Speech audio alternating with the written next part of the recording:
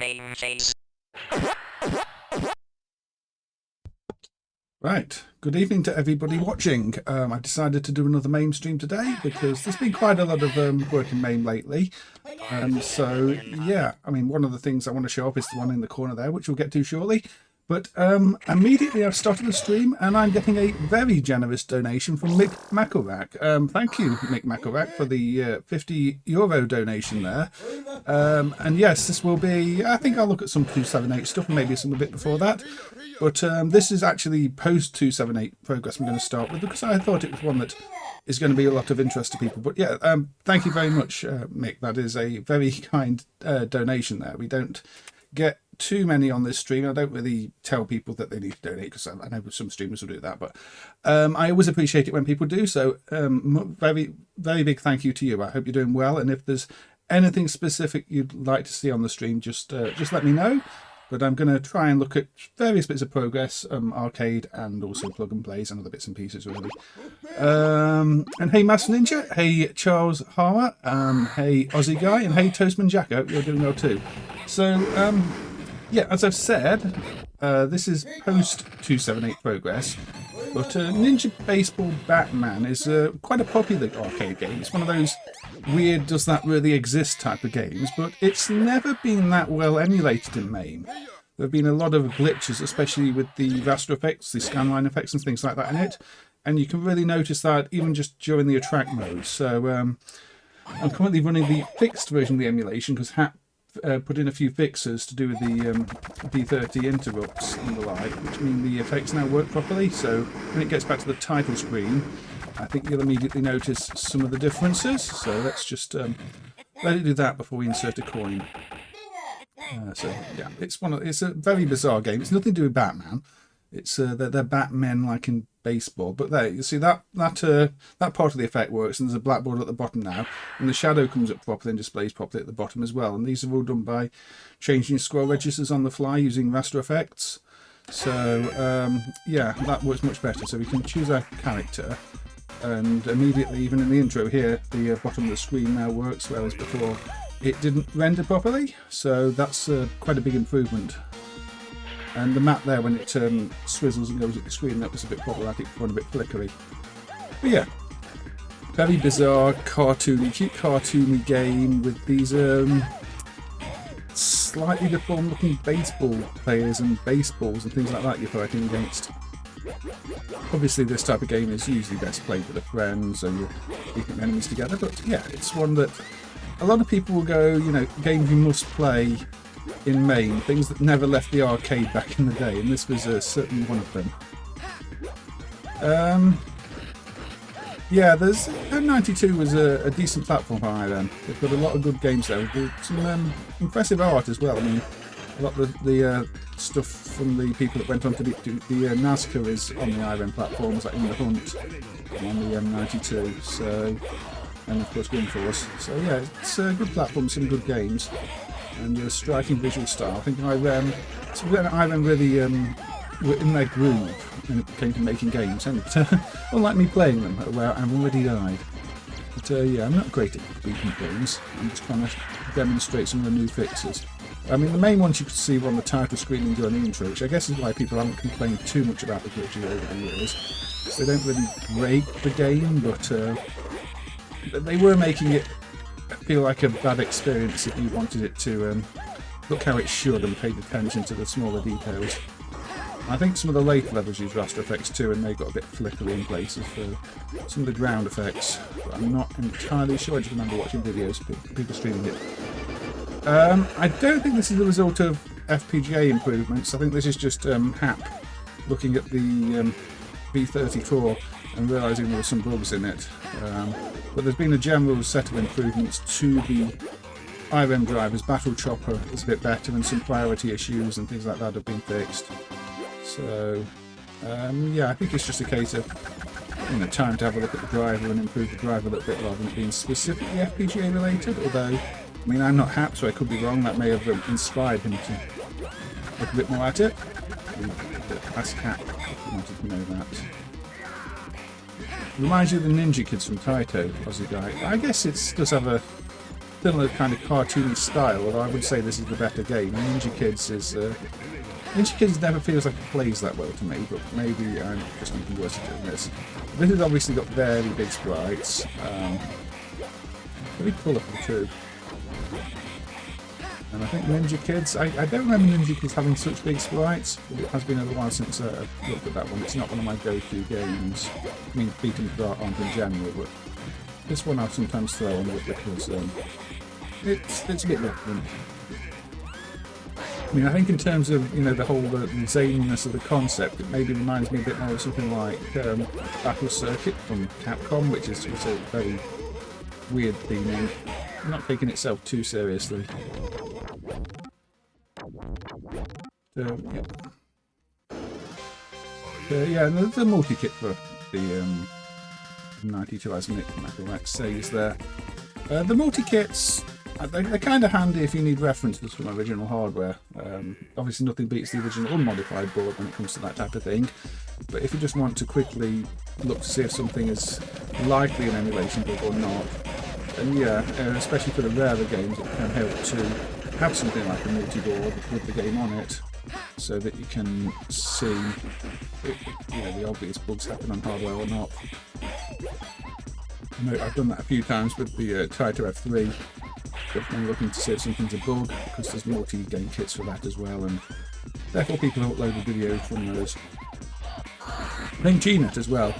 I was looking at some Taito GNet footage the other day, and there seems to finally be some RC to go or go by RC footage on there, which seems to confirm the priority issue in MAME with the cars and the scenery is a bug, which is a very weird one because RC to go on the PlayStation doesn't have the same bug in MAME, so I thought it might have just been a version difference, even though it was weird. But no, the GNet footage I can see of that one online doesn't seem to exhibit the same problem, so that does seem to be a MAME issue, maybe something to do with the PlayStation's high resolution mode, I'm not sure.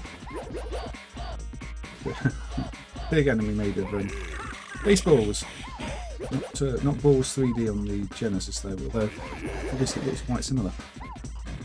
And again, I will say this, I did not mind balls 3D as a game. I really seem to hate it. So yes, I'm sure that this guy could have guest starred in it, guest starred in the sequel if they ever make one. I think, wasn't there something going on with this game or IP recently, or they renamed it? Probably because it's got that one in the title. I can't actually remember, but I do remember reading something about something happening with it. But I can't remember if it was game related or just some kind of other tie-in. Some Pumpkinheads here. I was just playing a bit of Pumpkin Jack on the Switch. Kind of funny, because that looks very much like our Pumpkin Jack there with the pumpkin heads. Yeah, you see loads of little baseball like things in the back, like baseball characters cheering you on, and it's a very busy game.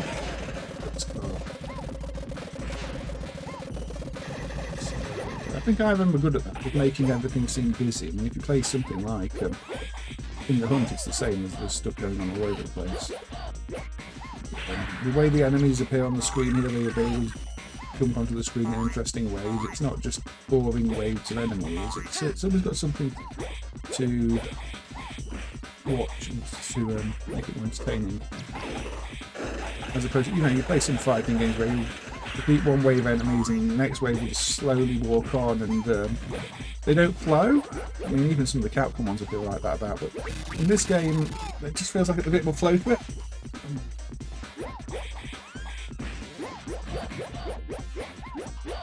Yeah, I mean, I improved some stuff in the M92 drive some years back to get R-Type Leo to work better, so the invulnerability flicker worked. Because that one personally annoyed me. You couldn't tell when you were invulnerable because the flicker wasn't working. But since then, it's not had much work to it. And so, yeah, any fixes are welcome, especially, as some of these are games that didn't leave the arcades, even R-Type Leo. I don't think has left the arcades. Maybe it's even been on a new compilation, I don't know. Unfortunately, a lot of the modern IRM compilations just seem to be overpriced and don't include a lot of the best games. I've noticed that with the collections that are coming out on the Switch. They include some arcade versions, some PC Engine versions, but a lot of the games you want to play just aren't there, say like R-Type Leo. And then you're paying about 30-40 quid for 4 or 5 games. It seems a little overpriced compared to other compilations. I'm not sure why. As good as IRM was, they aren't exactly Taito or Capcom in terms of their reputation in the arcades. They just had a few big hits like R-Type and obviously Kung Master. Which again, I don't think of the compilations, possibly because it was had this Next license in Japan, I'm not sure. Yeah, how's everybody doing anyway? Is everybody coping? I know we've had a bit of an extreme heat wave here which has been causing all sorts of problems, but it's subsided for now and it's just generally a bit more pleasant at the moment. So yeah. The other good thing with the Iron games is most of them got English translations. There aren't many that are Japanese only. But let's just go into that one again. Would have helped if I was pressing the right button to start with that. So, Wicker Waker is the one who's been doing the FPGA. I mean, I'm glad MAME's been useful for that as well. I mean, MAME is always going to give you a head start when you're researching any kind of hardware, even if, in many cases, our knowledge is incomplete because a lot of what we've got is just based on behaviour, especially the older drivers. Whereas for FPGA, if you're doing it properly, you do have to have a slightly deeper understanding of how the hardware works. But there's a starting point for working these things out and just getting something up and running, and knowing what's meant to be happening. Yeah, MAME is going to be always useful. You do have a dash if you double tap. I don't really know most of the game strats here, but as you can see, this is working really well now. Whereas before there were quite a few problems, especially on the cutscenes and things like that, where the raster effects are used. You've got your AC on full blast, yeah. I mean, say it's a bit better than it was. It's not ideal. It's so hot, everything was going wrong last week. PlayStation won't work, it just kept overheating. Other things breaking, batteries not wanting to charge because the devices are too hot. Phone throttling because it's too hot. Compared to other countries, it's not that hot, but I don't know if the tech that's typically sold here isn't as tolerant because it's for the UK market, or so it's just because we don't really have proper AC. But no, it wasn't pleasant. We even had a front living room window just develop a massive crack, I guess, because the air cooling, heating and cooling. So yeah, been quite an expensive week or two in terms of things breaking. Washing machine went as well, although I don't think that's heat related. I think that's just because it's about 20 years old. So, Ninja Baseball Batman was designed by Drew Maniscalco. And he owns the rights to Ninja Baseball Batman non-video game products. So I remember the game right. So it was probably some non-game stuff I was reading about. I mean, I don't know. Do you think they'd get away with using the name Batman these days? Or do you think DC would go, oi, you can't use that, even though it's clearly not Batman, it's Batman. It's one of those odd cases where I think these days it would just not be approved. Those are very IRAM explosions, aren't they?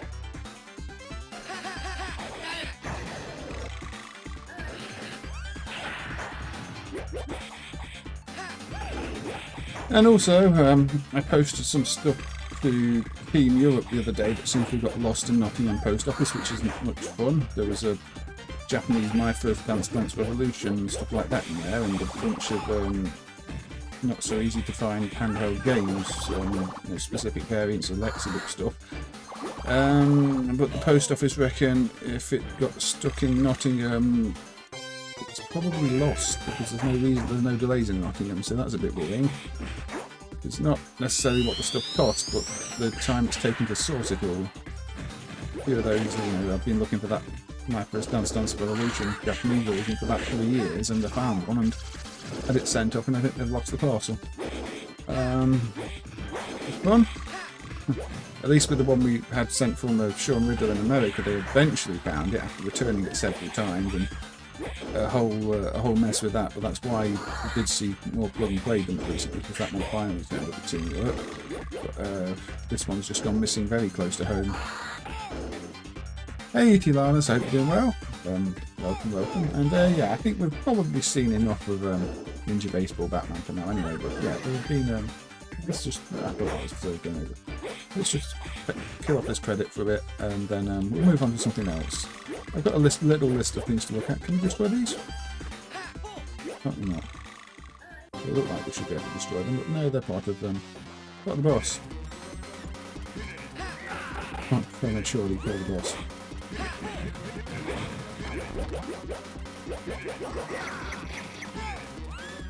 Yeah, you've got things like shaking to get the enemy off you.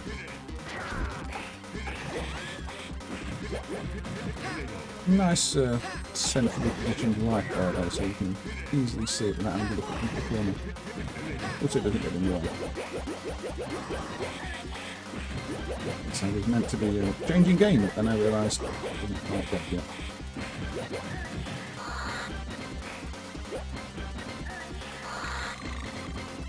I do notice some of the M92 games still have very bad track loads, and Gun 42, for example, the player doesn't seem to do anything useful in that track load. I don't know if that's how the PCB is.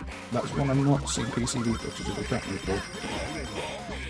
it's always a bit odd when you see games where the attract modes aren't showing you anything useful because they just die. In some cases, I think it might be because they recorded the games before they're tweaked and don't get re-recorded, but in other cases, I'm really not sure. Anyway, that was Ninja Baseball Batman, which, as you can see, does seem to work a bit better now. There's a bit of flicker going on here with all these sprites, but maybe that's just because it's trying to do a continue screen on a very busy boss with lots of baseballs to make up the text. I don't know. Otherwise, yeah, it's much improved. So there you go. Again, you can see that title screen with the proper shadow and the intro with the proper black bars. So yeah, if that's ever annoyed you, then yeah, I think you could would be worth upgrading to the next MAME version, because that wasn't in the previous release. However, it will be in the next release. But if we want to look at something arcade related that was in the previous release,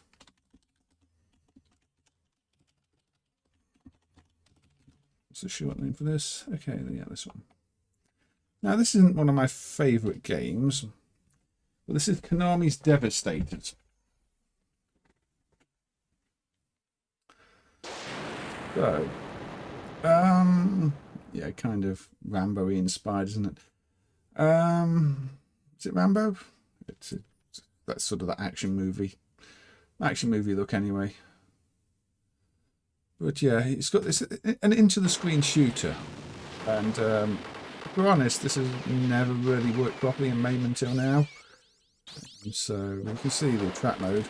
Notice the attract mode blows up the watchtower before. Previously that didn't happen because the targeting was all wrong. There's a protection chip in this which is handling all sorts of mass operations which are involved in everything from enemy spawning to movement to collisions. So yeah, this is not Rambo from Konami, as Aussie guy puts it.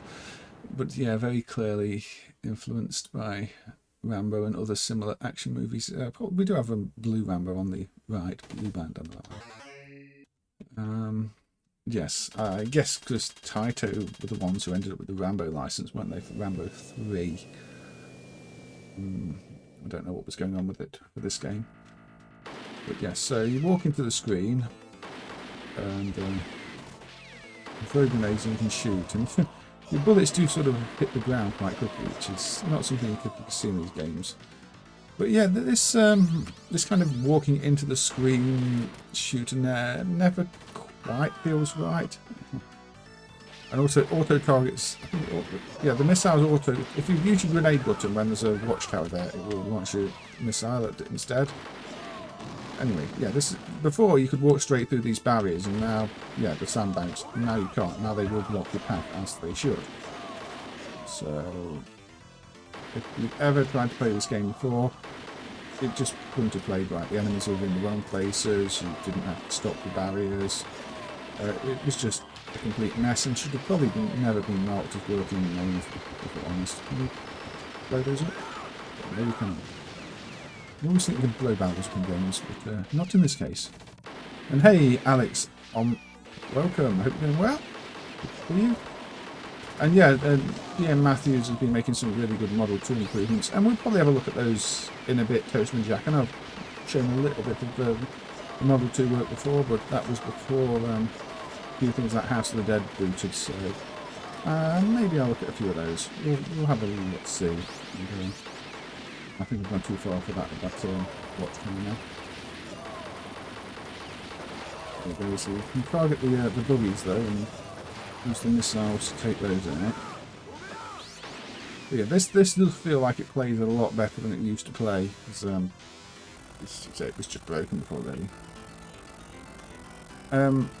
How did I find out about these fixes? I've just been paying attention to what's been going on. I tend to check the main GitHub every day and see what people are checking in, and as long as people put decent descriptions about what they fixed, and it's quite easy to track. I mean, there's a whole thread on there of somebody who was running tests on the boards for this one to figure out the proper behaviour of the chips and implemented those fixes based on that. So yeah, they sort of did a test program on the board, ran a bunch of tests, got a whole bunch of data from the board, and then verified that MAME produces the same results as the board does with the new emulation. But yeah, it's a bit, I say Hap fixed it, but it was a bit of a team effort from the person actually doing all the testing, which is just as important, because you know, if you're going to fix something, you need to know how it works in the first place, because educated guesses will only get you so far. I think there's been I don't know if the zooming fix ever went in or not. I think if it did, it might have missed the previous release. Yeah, there's been a few Konami fixes lately. I still don't think G.I. Joe's been fixed, because that broke when we had to remove some terrible what we get called ACO code. It was what we could buy ACO Tang, and it was abusing MAME's sort of temporary tire back map from private buffer. And so G.I. Joe's been broken for about 15 years in places since that was removed. But this does remind me a bit of that, because again that was Konami trying to into the screen shooter. G.I. Joe, I think, is probably the more popular game, even if it's just because of the license. This is okay. It's not my favourite, but now I can play it as it's meant to be played. It does seem more enjoyable. Feels like things have purpose. And targeting makes sense. And the enemy placement makes a bit more sense too. You know, we just walk along. However, I think the thing with these games is it always feels like you're playing in a tiny little window. It's a bit like if you're playing Paperboy, the actual real play area in that game is just the corner of the screen.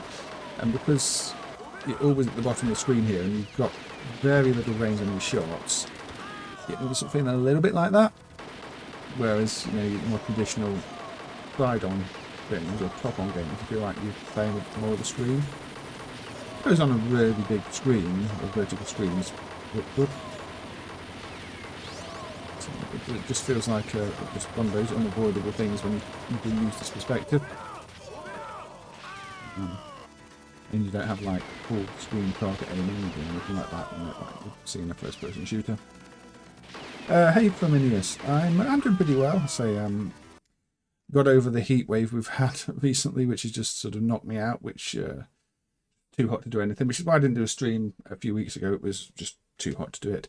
But how about you? How are you doing? All good there? But anyway, Konami's Devastators. Definitely much better than it used to be in terms of emulation. Mr.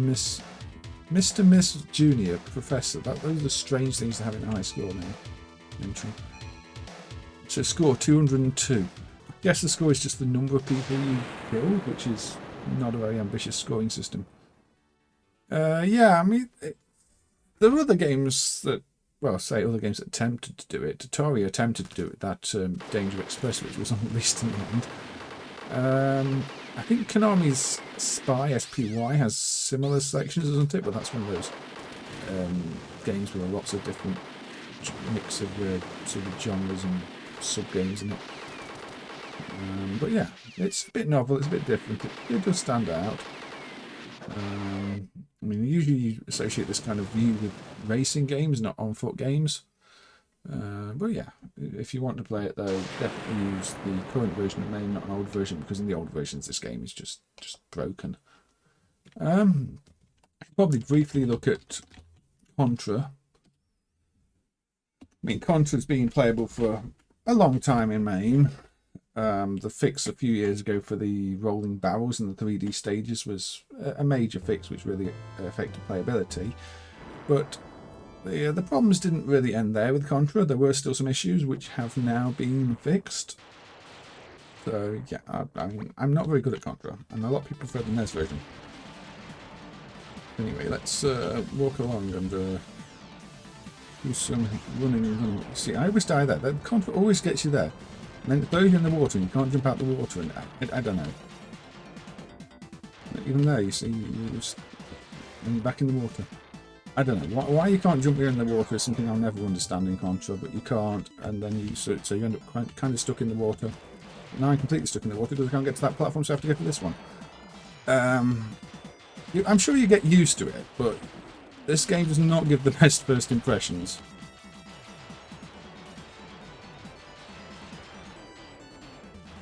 You somersault up and then I get killed by a shot I didn't even see. Okay, well it gives me a chance to show the continue thing, because previously if you continued, when the continue counter was on either 0 or 10, it would leave stray sprites on the screen, and now it doesn't. You see, all the continue sprites are gone, and it looks perfectly good. But, yeah, before, if you tried to do that, you'd be left with a few grey blocks all over the screen. Yeah, the NES version is usually considered the better version. Maybe it's just because we've been spoiled with games like Metal Slug that have done run and gun, and also if you continue on 10 before it would work with a glitch. So there you go, my awful playing has meant I can demonstrate both the situations in which the bugs are fixed. I suppose if anybody's not played Contra in recent years, then it might be interesting to see these 3D stages again. Because before, those barrels would all roll straight to the right and you wouldn't have to dodge them. But that's an older fix, that's from 2-3 years ago. However, if you've not used MAME recently and didn't know about that fix, then yeah, these barrels now behave properly. If they don't behave properly on things like the My Arcade Contra thing, which is just using, I think, MAME 2003 for some stupid reason. So yeah, the My Arcade so-called premium versions apparently do still use MAME. The old versions of MAME at that. I don't know why. I feel that they can put hardware in to run better versions or just do their own emulators.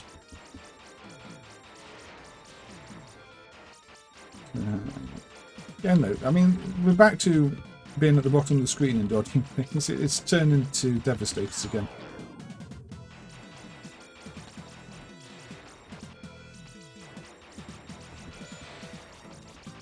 I should duck this target down there to turn it off. So I guess Konami wanted to try this view because it's not the only game that attempted it. These are tiny bullets, though, aren't they?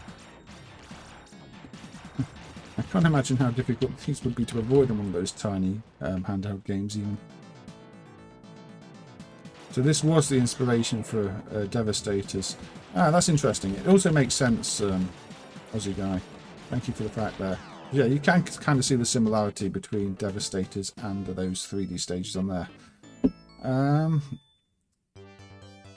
therefore I don't get to continue at that point. I guess this game limits continues? Yeah, it would have been better horizontal. You're right. It doesn't really make much sense as a vertical game unless they specifically wanted to do it because of those 3D stages. I'm not even sure. Yeah, let's just not jump at this time. Even things like the aim is a bit weird. When you're aiming your gun, I can never quite get used to it. No, I've fallen off there again and I can't get on that platform because you can't go that close to the screen. But I can see why a lot of people prefer the NES Contra over this. I just feel like they have more time to refine it and just make it play a bit better. The hitbox is also huge on this. It does not help matters. And the explosions hitbox is huge. Alright, there you go, you see it continue. 10 doesn't leave space lights on the screen anymore. I'm dying on purpose to show you the bug fixes. Super Contra feels bigger and badder. Yeah, I've not really played much of the arcade Super Contra. Maybe I should. Maybe that's the version to play. One of those sequels that I seem to just overlook. I mean, a lot of times sequels do get overlooked, and that's just an example of that.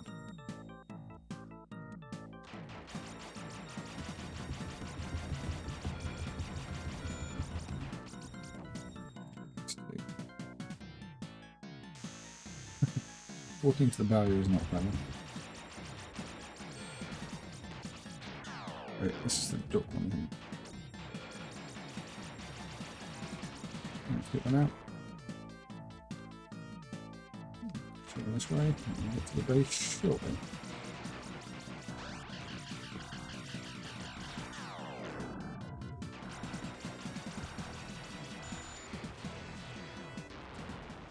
There we go.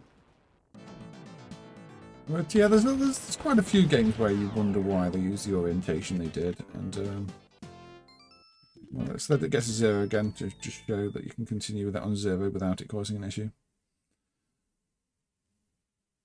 I mean, I always feel that Tetris should have been released as the proper vertical game. It just seems to fit, but they didn't want to do that, did they?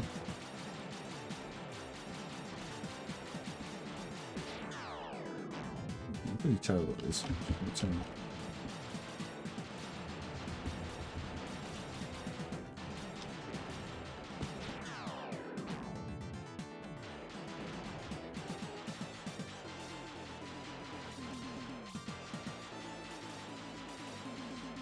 Yes, an important game in the run and gun genre, of course. And who knows if we would have even ended up with some of the more popular games we got, like Metal Slug, if it wasn't for games like this, you know, paving the way.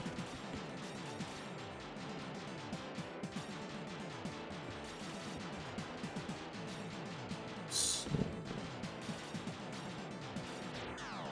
I don't know why I jumped that. That's just that's how you die. You're taking 14 hits. How not to play Contra?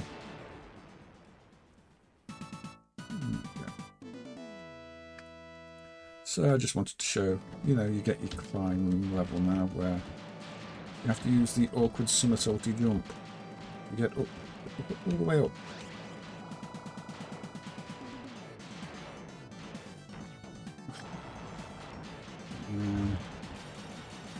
The game is now trying to be more of a platformer. Unfortunately, it doesn't really control the best. You feel very floaty, very slippery, which is not what you want in a platform.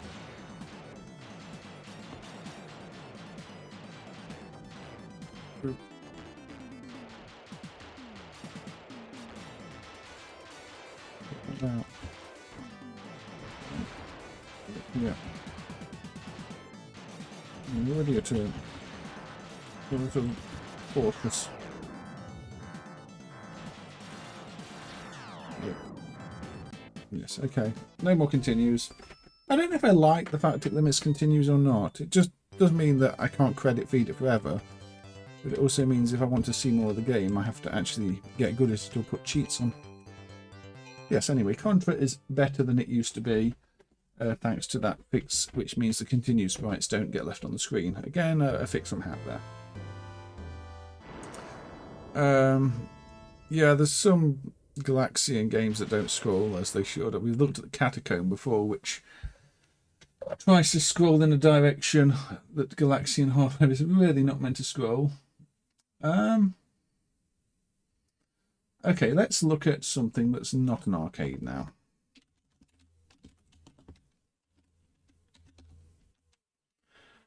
So,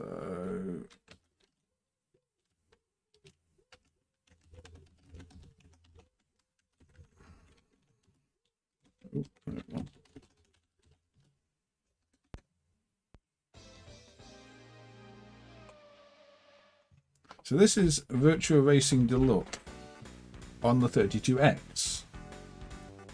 Now you do have to run this with the recompiler turned off, but this is one of those 32X games that hasn't really worked in MAME properly before. It would always crash when you tried to start the game, and KO did fix that recently. So this, which is a well-regarded port of Virtua Racing, and you know, one of maybe the few highlights of the 32X, is now playable in MAME. I've run the Japanese version because if you didn't know, there are quite a few differences between the Japanese and US releases of this, and I believe I think it's the Japanese one's the better presented of the two.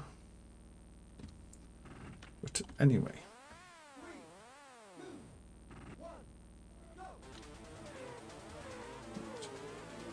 So yeah, it shows that I mean, the 32X wasn't, despite having good CPUs, there were a lot of bottlenecks in the hardware, so you weren't really going to do fully 3D textured games.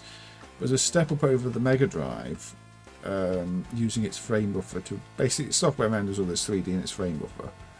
This is a decent take on Virtua Racing, really. Frame rate's obviously not quite the same as the arcade, but there's good detail, the shading, and the colours are alright, and there's more content than the arcade. There's I think an extra course, more types of car. So I think a lot of people prefer this over the Saturn release as well, which was done by, was it Time Warner? And they didn't do a very good job of it, so for a long time this 32X version of Virtua Racing was probably the best way to play it at home. I don't know if it supports the analog pad for the Mega Drive 32X. I don't think it does, but I could be wrong. I've never tried. Somebody else might know that. So yeah, you don't get quite the control experience of the arcade, but you get your camera views. So go back and close.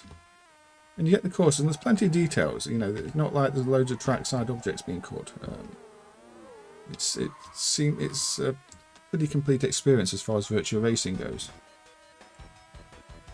Yeah, that's the problem. Is the Mega Drive and 32X hardware really don't work that well together. It's just throwing an extra frame buffer over it, but that's the problem with the Mega Drive design, really. The VDP memory and the like is inside the VDP. You can't really change the video features in any other way than, you know, adding an overlay. You can't make the DMA better. You can't do anything like that, because it's, at the end of the day, if you want to display anything with the Mega Drive hardware, you've got to get the data into the VDP, which is slow. So yeah, it's just the Mega Drive hardware was never really made to be expanded in that way. So maybe the best thing they could have done was add more layers. But was a frame buffer the best idea? Would a proper additional video chip have maybe been better, with some new sprites and new tile maps? I think in terms of performance it would have been, because you can see from a lot of the 32X ports on real hardware, maybe not so much in MAME because we don't have the timings right, but on real hardware a lot of the 32X ports ran at, say, 30 frames a second when the Mega Drive ones were 60, because it takes too long to draw the frame buffer. But then if you add in a whole new set of tile maps and sprites, then you've basically got a new system, which is the Saturn. I don't think Sega could really win with it. However, you know, they did a reasonable job with some of these games. This and Star Wars Arcade probably make it worth having a 32X. Maybe not for the price the 32X was back in the day, but if you did really want that sort of arcade experience at home, that was the best you were going to get at the time. And I would say this, I think this does look a fair bit nicer than, say, the Super Effects stuff on the SNES. But then again, this has a fair bit more faster CPU than the Super Effects. You know, you weren't going to get an entire 32X in a cartridge. Like the most you were going to get in a cartridge was the SVP chip, which was the non-32X version of it. And then still doesn't look great because the Mega Drive palette's a bit limited. But yeah, you've got your different tracks here. Yeah, I mean, 32X, you could consider it just like a simple console with a frame buffer. I'm using the wrong buttons to go back and forward here. That's clever. But it didn't get used for like some picture magic thing Sega did, which I don't think. I think there's a ROM for it, but it's not emulated because it probably has a different BIOS inside the SH chooses it. Because I think there's a dump of picture magic, but then it's checking for a different string in the internal ROM or BIOS ROM that isn't the same as the 32X one. But that was basically a 32X without the Mega Drive hardware. Although it's kind of uncommon. This is a very tight track, isn't it? However, I don't think there's going to be a picture magic homebrew scene, because there just doesn't seem to be interest in it. If there was more interest in the picture magic, I imagine somebody would have actually dumped the BIOS by now, or the internal bit. So these very bendy tracks are definitely a bit easy to play on the super far out view, because you get far more an idea of what's coming up.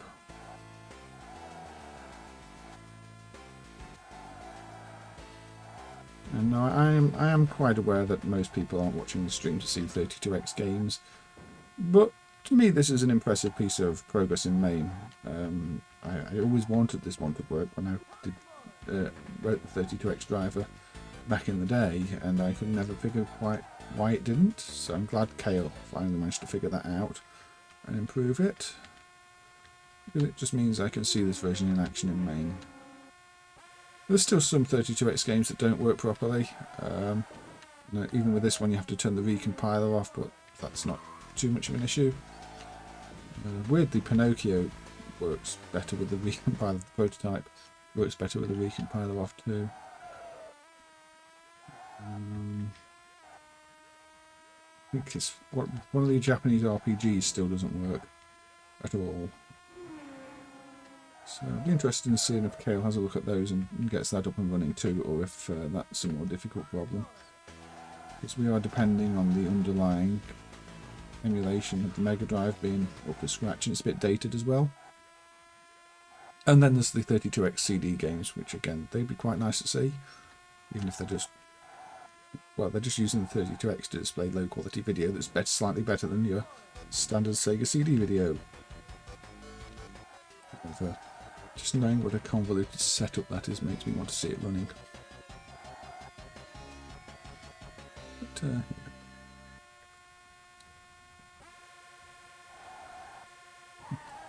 But, just look like this track is floating in the air at the moment. Power drift.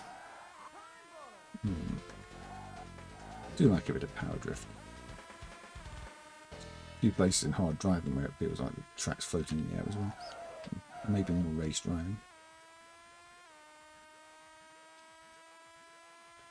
The Sega CD suffered from pretty much the same problem as the 32X, in that you can't upload to the Mega Drive VDP. So even though it had the whole transformation engine, the rotation and zooming, all it could do was populate a bunch of RAM that you then still had to upload to the VDP as tiles, to the limited memory the Mega Drive had for tiles. The architecture just wasn't really built for the video being improved, other than mixing it with other signals. And that obviously comes with other limits, like mixed signal always having to be above or below the VDP output, not mixed in a more complex way. Ooh, crash. And didn't quite make the checkpoint. But yeah, that's a bit of 32X Virtua Racing Deluxe. That's the Japanese version. I will briefly fire up the other version. Not really going to play much of this, but you can see the Sega animation logo is different. It's got the Sega Sports Splash. But,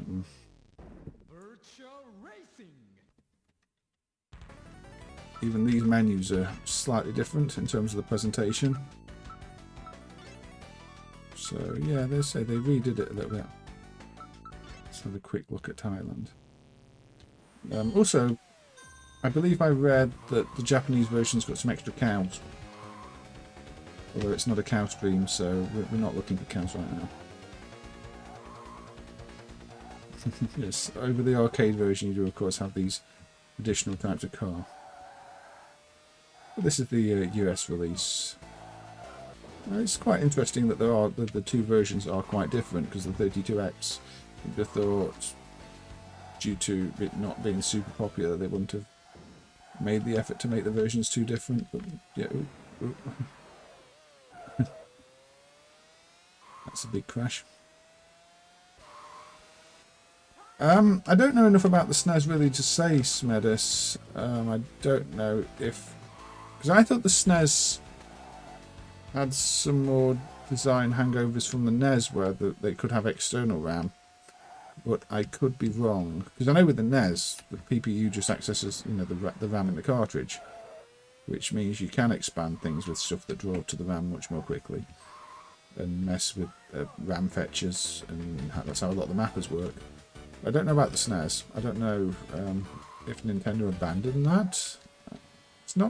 I've not studied that much of the SNES. I know a few bits about it, and I know enough to debug it and hack a few ROMs. But in terms of where different things are on the system, you know, what's inside the video chip and what's not, I don't know on a technical level. It's more, I know roughly how it works, but have never studied the individual chips. So you might have to ask somebody else that one. So yeah, let's. I'm going to just race until we run out of time, and then we'll move on to another game. So, you still here, Mick? Did you have anything you wanted to see from maybe recent progress, or just any favourites? Because that was a very kind donation earlier.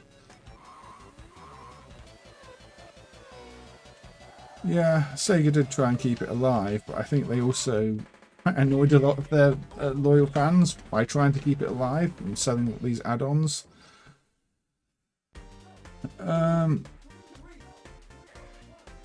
The Hunchback conversions are sorry. Carla, what are you asking about Hunchback? It's asking if the Starfield is software or hardware. The Starfield on Galaxian tends to be the hardware. It just gets turned on and off in software. It's the Starfield is a hardware circuit.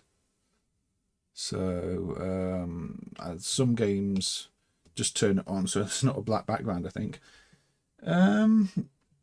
Actually, where are we going next? Let's delete that from my list. Let's delete that from my list. I guess we should have a look at. Okay, yeah.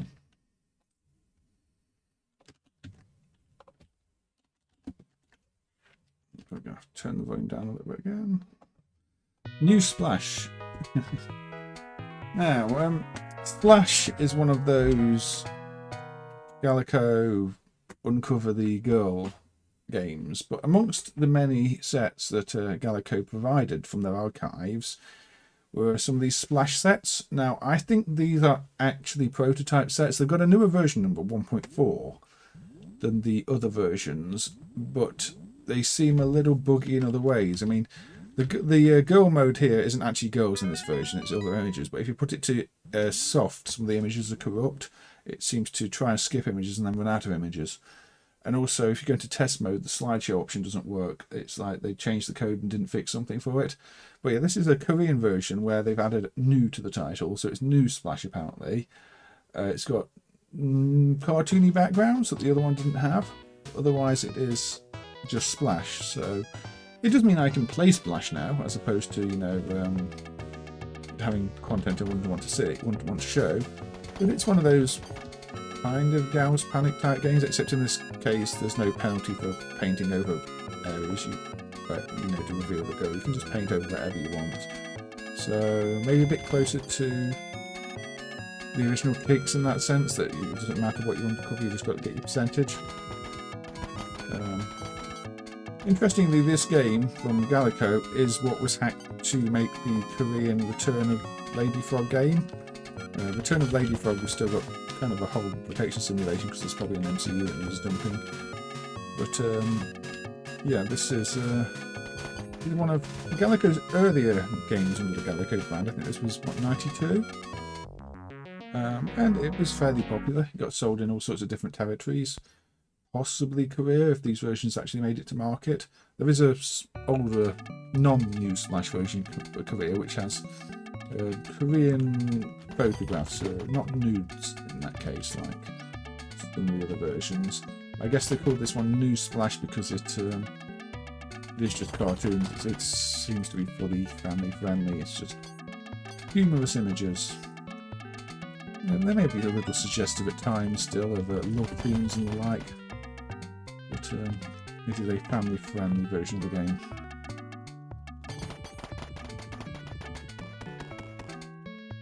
Yeah, I mean, the Galaco's earlier stuff definitely wasn't as flashy as Thunderhoot 2. A bit like IGS, really. It's one of those companies that had sort of a golden period. A lot of the Galaco stuff was just done by other Spanish developers, Galaco supported.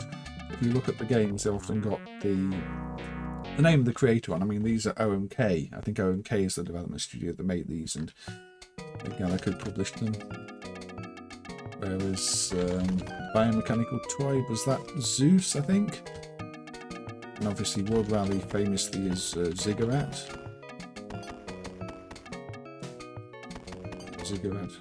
I still see the Ziggurat name around today. I don't know if it's any relation to the original company. Yeah. Although, I mean, it's not impressive as a game, but it's definitely functional. It definitely works.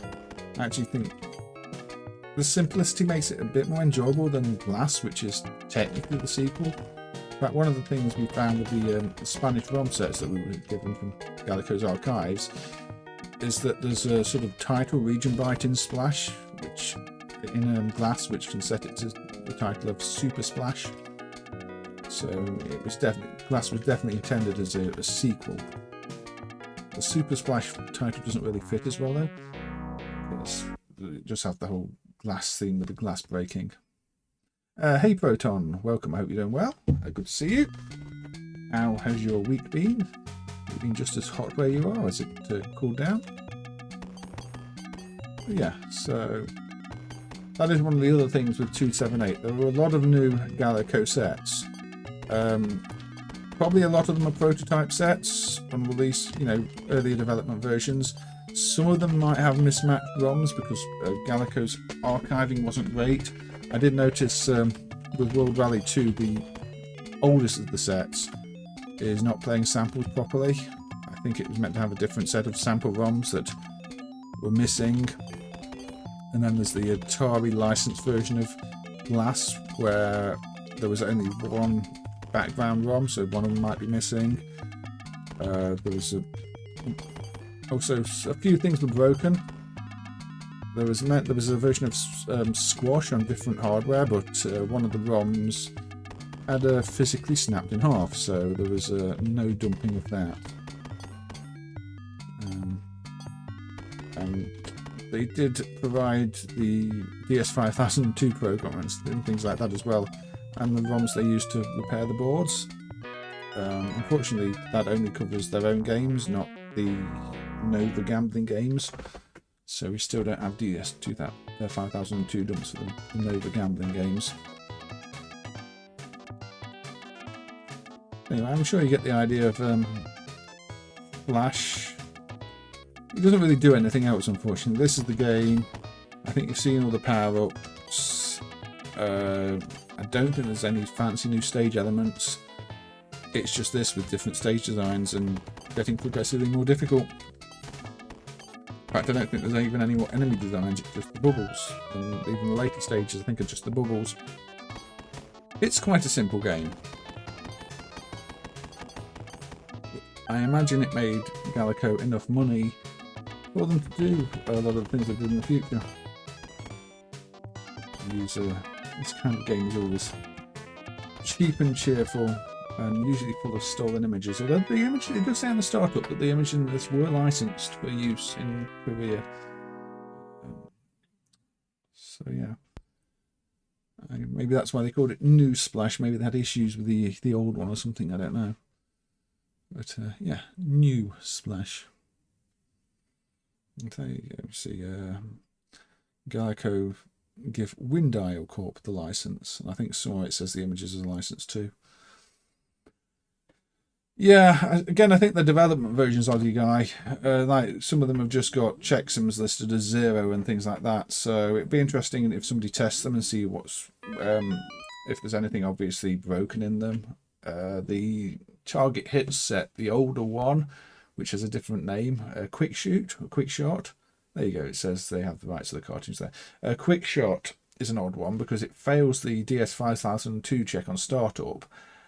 But even if you take the DS5002 out, it works. The game does appear to be unprotected. I think that at that point in development, they'd only used the device maybe to save the MVRAM settings, because that's what some of the games do anyway. They save, the current settings and calibration data and the like to the MVRAM high scores, because the DS5002 is a battery backed up chip that does have the ability to write data to memory and save it. So maybe at that point of development of that version of Target Hits, they'd only implemented that, because despite failing the check, it really doesn't care. Which again makes me think it's an earlier version with like a prototype. It's got a different copyright display as well, which might be the original developer. How could CPS2 handle 900 sprites? I guess the hardware developers just use powerful enough chips, Carlo. And I don't really know how to answer that otherwise. If you spend enough money on your chips and they're powerful enough, then you can make 900 sprites on screen, because it's fast enough to draw that many pixels. So it's just a case of how much they wanted to spend on them. How the 68K, managing them, yeah, that's a bit of a push, but again, the 68K is powerful enough and spriteless format's simple enough that it's not too difficult, I guess. Anyway, that was Newsflash, which is playable now. All right. So, shall we go with something non-arcade again? Yeah, we'll keep things mixed up. KO's been adding things to the MX 2500 or 2500, I don't know. Call it what you want. One of the Japanese computers. KO's been adding to the software list, including a version of Galaga. So let's boot it up. So there we go. Galaga, 1981. Program arranged by Dempa. Dempa did a lot of the home ports in Japan back then.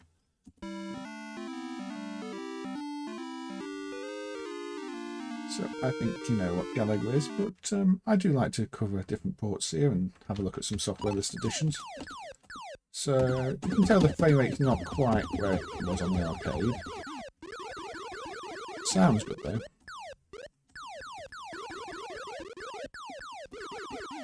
Oh, it's Galaga. For one of the Japanese home systems. And the graphics are accurate to the arcade too.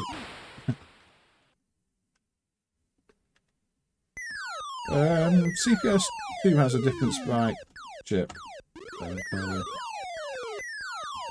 yes, the capture trick does work on this, although I don't want to be captured right now. I don't wish to be captured because I lost a life already. I feel vulnerable. So it seems to have all the Galaga gameplay elements intact. So for a home port from back in the day, I think this seems rather respectable. There's a star field there. Not an arcade accurate star field probably, but star field all the same. Enemy movement patterns seem close to what I'd expect. But no, see, one of the big differences with CPS2 is it's a different sprite chip. It is not the CPS1 sprite chip. It also addresses graphics a bit differently and doesn't have all the funky memory limiting PALs which limit different layers to different memory areas. But it's definitely not identical. Built off the same ideas, but the revision of the chipset. Yeah, Dempa is one of those names where if I see it, I expect it to be a good port as well, Aussie guy. So this doesn't disappoint. It plays well, even if the frame rate's not super smooth compared to the arcade.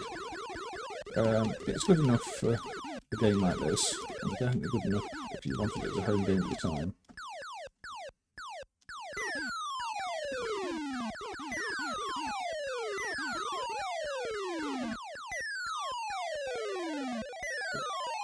There we go, captured. Just to show it has that, and the little jingle that goes with it.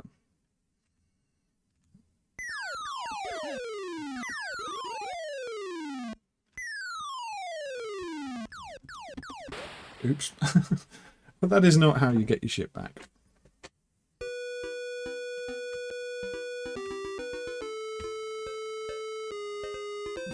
Bit of a tune on the results. On page 2. You did Space Harry on the MZ8 700. That's the ASCII mode one, isn't it, Toastman Jack? I'm not sure who did that. It was ambitious, to say the least, if it's the one I'm thinking of. But Is that another Denver one? I quite like the Amstrad's CPC port of Space Harrier because they went for a wireframe aesthetic for the backgrounds and it ends up looking a bit more like a vector game. But yeah, people trying to get Space Harrier onto systems back then had to go for some creative approaches. Anyway, that was a bit of Galaga on the MZ2500. And from that, I'm going to look at a bit of Galaga on a sort of plug-and-play handheld. This is the My Arcade Galaga, which boots this. Now, the menu doesn't work because the Genesis clone hardware this uses, because yes, this uses Genesis clone hardware. It uses a custom video mode there for that. But have I selected Galaga? From the menu I can't see. Or did I select Galaxian? I selected Galaga. So, yeah, everybody said these were run on emulators, but they don't. These things are Genesis clones. As you can tell from things like the Starfield, which really aren't accurate. Hey Game City, welcome, I hope you're doing well. And yeah, it's been a while since I've even done a stream. So, I figured we'd follow up one version of Galaga with another. But yeah, these do not run emulators. I was expecting it to be sort of a MAME 2003 device, but nope, it's a Mega Drive clone. So, yep.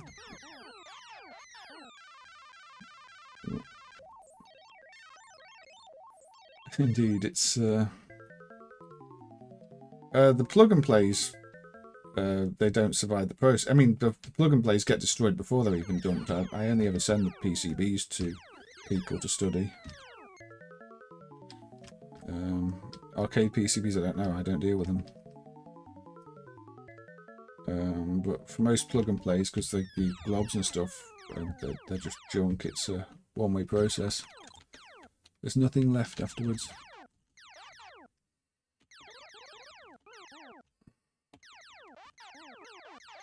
Oh, I lost my extra flip.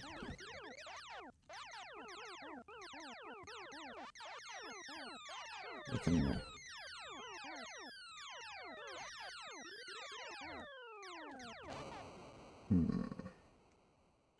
Yes, if you ever had any doubt, Mega Drive hardware. Galaga Wars is the last game you played on mobile. I've never played that one, Game City. Yeah, it's Genesis, basically Genesis homebrew, but commercially released. Right.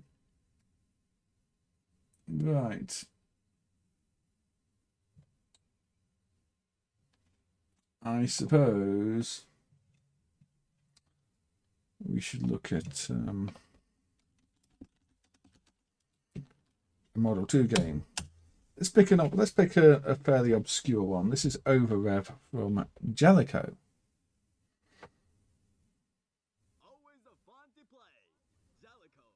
Probably not Pack Sonic. It's for Clone Sock. Even the menu doesn't work on MAME's Genesis emulation. They're not programmed for real Genesis. They're programmed for one of the clones. I think it's the same one at Games using their systems, just based on it using the same extra modes. So it's got terrible sound as well. It's not a good clone. But for some reason, those plug-and-play devices like to use that dodgy bootleg knockoff Genesis clone. I don't know why, but they do, and it's kind of awful. A bit like all the other ones using the knockoff NES VT chips. So Over Rev, one of the Model 2 driving games, and one of the only times we would see Jellicoe. Get my developers mixed up now. Jellicoe do a 3D game, and kind of Model 2 is interesting for that because we saw it with Data East too. Data East did Airwalkers as like their only 3D game, and it was only 3D arcade game. It was on Model 2, and I don't think Jellicoe have many 3D arcade games. So this was one of them. Maybe the only one? I can't think of any others, but I might just be forgetting them. And obviously, nobody remembers it because everybody remembers the bigger name Sega races on Model 2. Yeah, GT24 is a better game. This is probably the weakest of the races on Model 2, to be fair, but again, my controls are really not set up very well. I take a bit of a shortcut here, everyone. Not that much of a shortcut.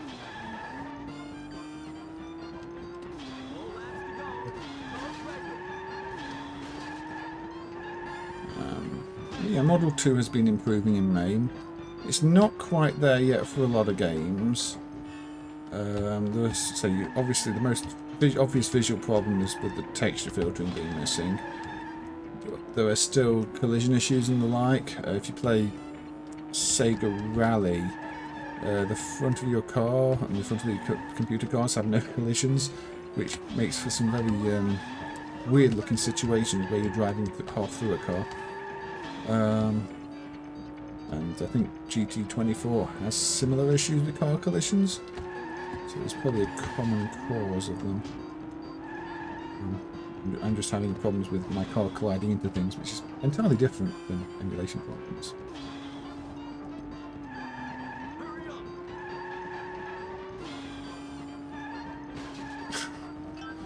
Now, this game certainly has some interesting physics.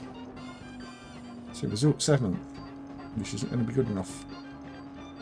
But yeah, I wanted to show a bit of Model 2. So you get to continue. I mean, does this even have more than one course, or do I actually have to do well to see the other course? I don't know much about this game other than maybe I chose a course when I wasn't looking. I don't remember now. I wasn't paying much attention. I just sort of fired it up and tried to play it.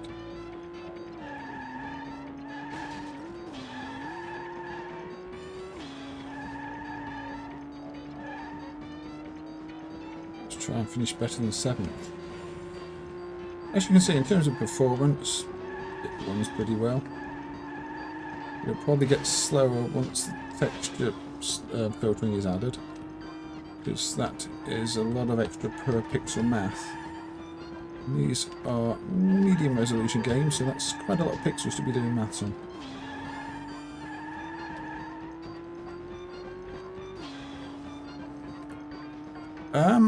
I don't know. I mean, it doesn't really seem like a standard bilinear filter, which is one of the problems. I think if it was to get implemented as a bilinear filter, I mean, I think this has got similar problems with the.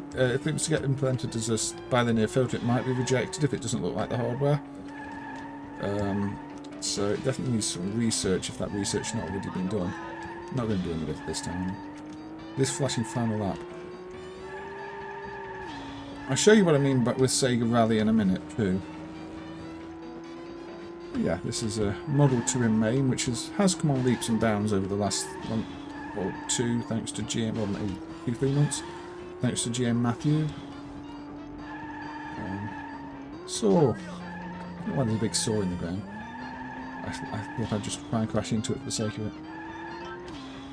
I did not see that saw. Or maybe I did see that saw.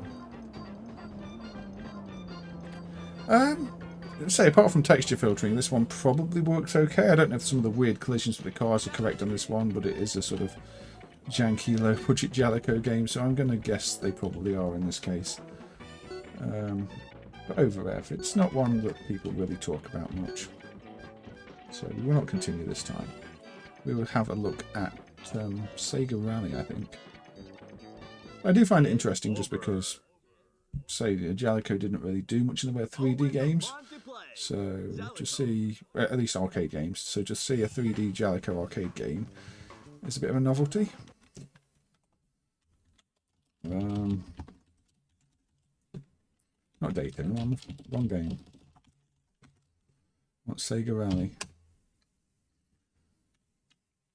There are some sound problems with the Model 2 game still, repeating sounds and the like. So 2 points. So this one's ended up a bit too dark in terms of colour scheme, I think. 3, 2,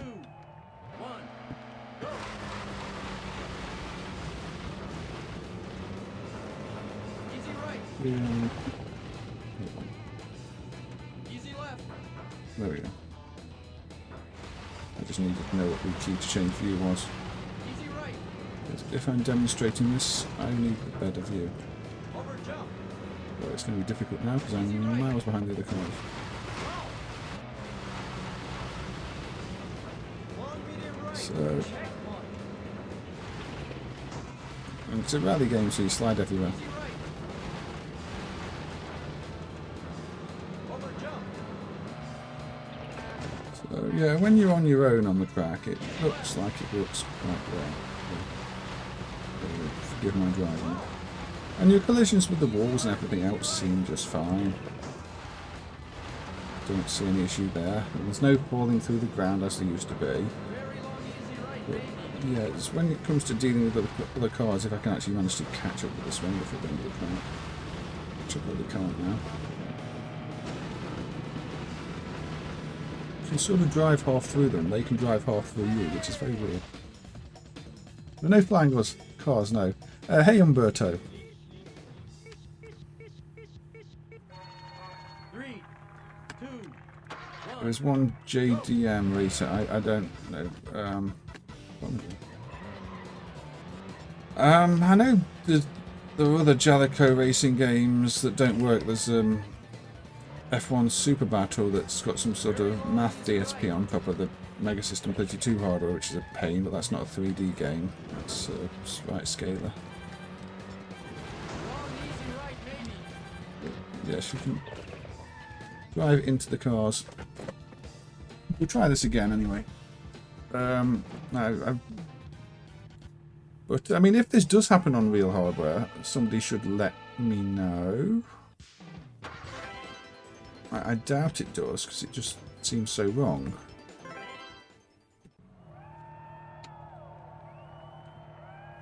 Three, two, one, go. Anyway, let's actually remember the accelerator.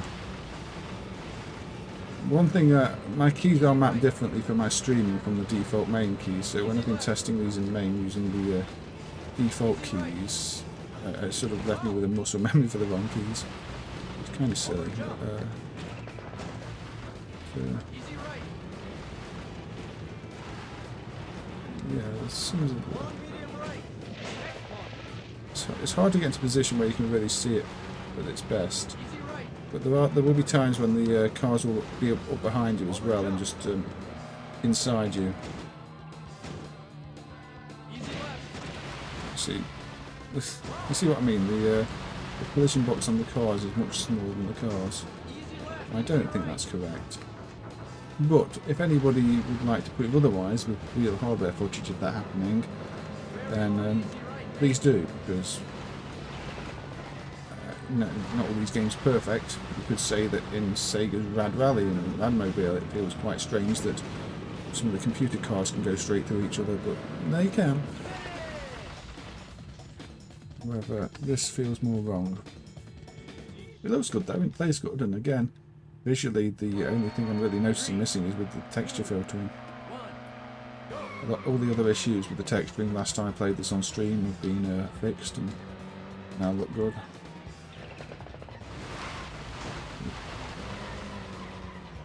And, Model 2 games don't look perfect. There are times when you won't be able to see many polygons. You know, there'll be empty spaces. Long easy right maybe. Time is up. I think knowing that the physics and gameplay work correctly is the main thing, Mick Macarak, and also I think there was some issue with the CPU car movement speed and things like that too, which is a really annoying bug because it's a math precision type thing, which might be the difference in the way floating point numbers and stuff like that are calculated. Where there's speculation, it could be an internal table. Was it floating point or square root or some kind of math operation anyway, where the PC doesn't give quite the same results and there's no obvious pattern to it. SH4 has a similar issue, which a few games rely on, where the maths would probably need a table to be accurate. However, when it's actually affecting games in where you notice, then I think it's better to be on the side of caution. Otherwise, we end up with situations like Devastators we saw earlier, where it had been promoted years ago, and really, due to things like maths and protection, only just now works. So people have been playing a broken version of the game for years, while MAME said it's worked. And these days, we tend not to promote things until they really feel like they work. And I still can't understand why the Taco games aren't promoted, because at worst there might be like a one frame error, and I don't think there's even that. The music stays in sync and everything else, but people don't want those promoted yet because there's a potential issue, even if nobody's really noticed an issue. Yeah, so that's a bit of Sega Rallye, which say does seem to have a few issues, but otherwise is very playable these days. Right. Let's have a look at another little handheld thing. This is a VT369 handheld called Tetris in a Tin, which is a simple Tetris game.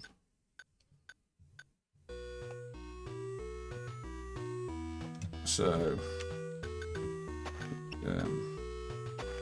this is marathon mode. I don't think we want marathon mode. Let's not play marathon mode. Let's play sprint mode, because that's exactly what we want to do.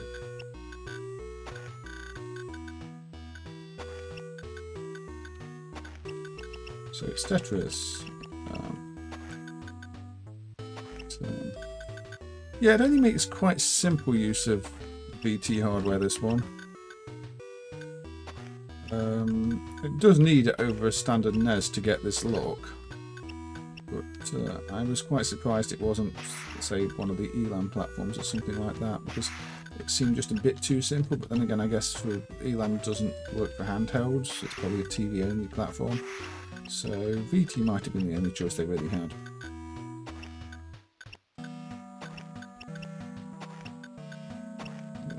As far as Tetris games go, it's functional. The music does stop after a while, but I think it's meant to. So loop a few times and just go, no more music for you. So it doesn't get on your nerves. But then your original Tetris games played the music forever. I did recently pick up an original Game Boy Tetris, the Japanese version with a different music, for the novelty of having it. It really confuses people when you get out a Game Boy and play Tetris with the music they're not expecting. And if anybody's not aware, yeah, the first Game Boy Tetris revision for Japan did not have that classic tune you just heard. It had its own tune. I think it was a Monet tune instead. So history was almost very different to what we got. Had they left that tune in, nobody would be remembering the iconic Tetris tune quite the way they do today, because it's from playing it on the Game Boy that so many people remember it and associate it with Tetris. So there you go. That is sprint mode, where you've only got to get 25 lines, and now I am winner.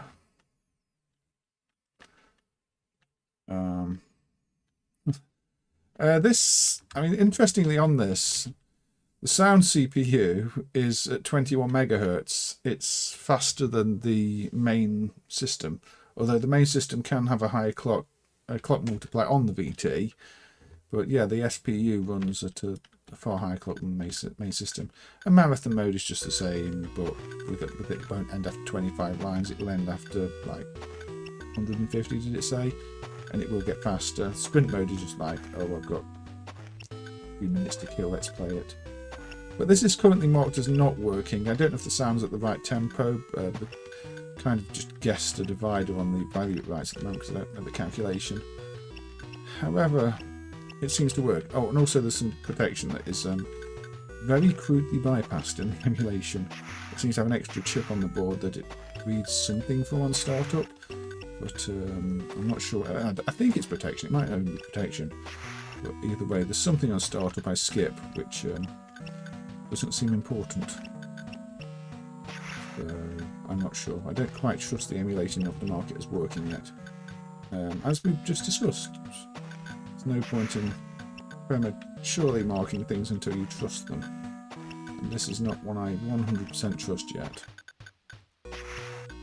However, it does present you with a playable Tetris game that a lot of people may not have seen because it's just one of those sort of junky things you'd see at the side of when you're shopping at a supermarket, something like that, you know, by the checkout where they're trying to sell you all sorts of tat,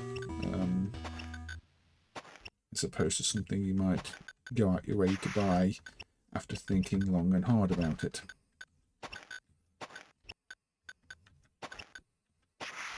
Let's see, the music's stopped now.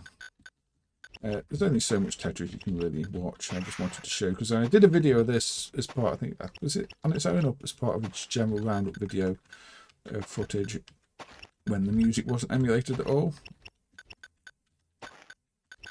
And now the music is emulated, so there you go. I think with that, yeah, we're just getting very basic version, serviceable. Alright for a little handheld, although from what I remember the actual controller on the handheld is not the best, so it's actually much more fun to play on a PC. But those things are just novelty toys, and somebody, I guess, was commissioned to write a version of Tetris for a novelty toy. It works, as you say, it is serviceable. I've played worse versions of Tetris, and I've played better versions of Tetris. Right. What shall we have a look at now? Have a look at that. Shall we have another look at some Konami? Let's have another look at some Konami. Another Konami game that saw recent improvement is Aliens, which has benefited from some sprite buffering changes and the like. So things no longer flicker as much, and they're generally quite stable. Again, this was an app looking at these things. Semicom's Final Tetris is the worst version. Yeah, that's not a very good version of Tetris, is it, Aussie guy? There's also that Tetris Fighters game in MAME, which seems quite bad, some Korean thing, but it's not emulated very well yet, so I can't really judge it. But it seems to have a few ideas that seem similar to Final Tetris. So yeah, Konami's Aliens. One of those Konami games that doesn't actually run at 60 frames a second on the original hardware, it updates every other frame. Which you do notice is unusual for an arcade game, but still a popular Konami game. Which is based on Aliens, which was kind of popular. While it's not a prequel to Capcom's Alien vs Predator, a lot of people talk about them in the same sort of stuck at them together because it is, you know, it's like Alien vs Predator in the sense that it is a walk-along scrolling game in the, you know, Aliens universe.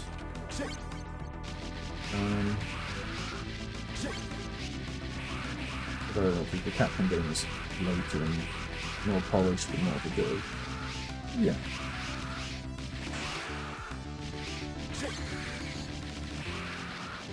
Eggs.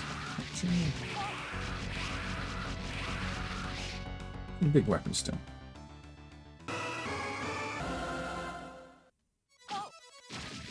And again, we've got to look.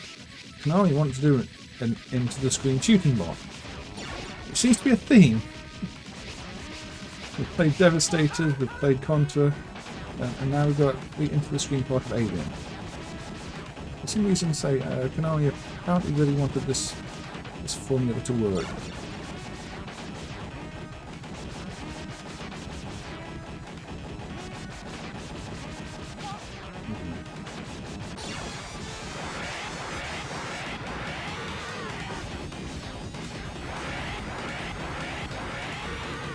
Also like a spread attack, something like that.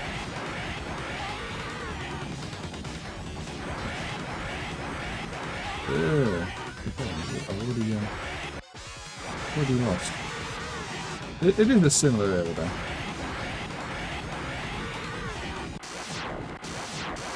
There we go. Can't believe they've come off Sparkman. And again, this section was horribly flickery in MAME before. It now looks correct. You know, you've got the vehicles bouncing up and down. The aliens aren't flashing everywhere. The priorities are all correct. But this was a bit of a mess before in MAME, and thanks to the recent fixes, it is now much better. Sure. It'll make a lot of people happy because it just felt wrong before. It made it feel like the game just lacked polish, whereas now it just feels more like a polished arcade game. Not every arcade game is polished, some of them are just a mess anyway. But this one definitely was too much of a mess before.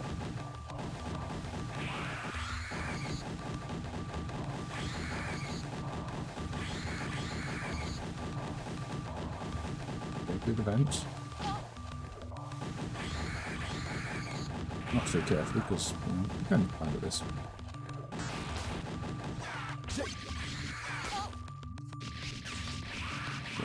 Guy at the hands of everything.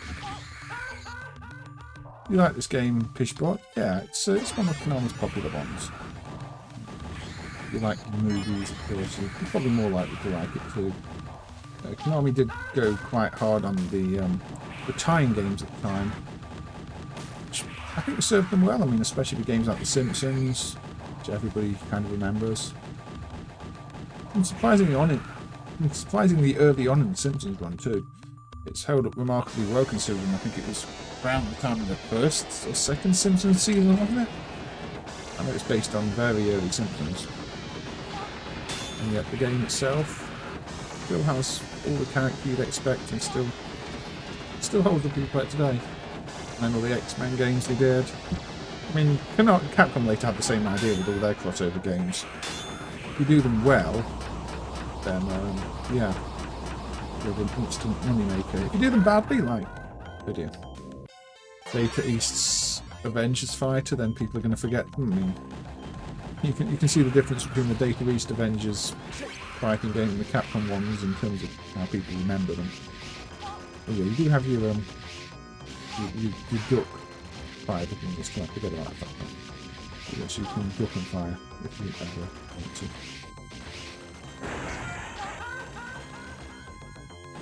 Or we can just walk along a little bit. Yeah, as you can see, there are no more. You can walk along and couple along, firing our gun. It's still terrible. Yeah, both X-Men and Alien did end up at Capcom. And then the Marvel stuff as well. I don't know. Maybe Konami just weren't quite big budget enough, whereas Capcom were. And plus, Konami decided they just wanted to do dancing games after a while. If you look at Konami's arcade output, there's a sudden switch when they realise that rhythm games are popular. To the point, it's like, oh, we're just going to make more rhythm games. Okay. Let's look at a plug and play then. Since there were a lot of plug and plays in 278. Because of that lot that arrived with Team Europe. Which one should we do? Let's do Rock'em Sock'em Robots. Mattel Games. Rock'em Sock'em Robots from 2006. Which companies are the kindest? Most companies are pretty kind to MAME. Not really had any issues with many. You know, most of them appreciate what we've done. I think Galaga providing access to their archives is, you know, part of a way of saying thank you, because MAME has been incredibly helpful to them and, you know, helped them get re-released on modern systems out. So, Rock'em Sock'em Robots. Which you can only move halfway across the ring. I guess that's because that's how the original thing worked. It's pure button mashing.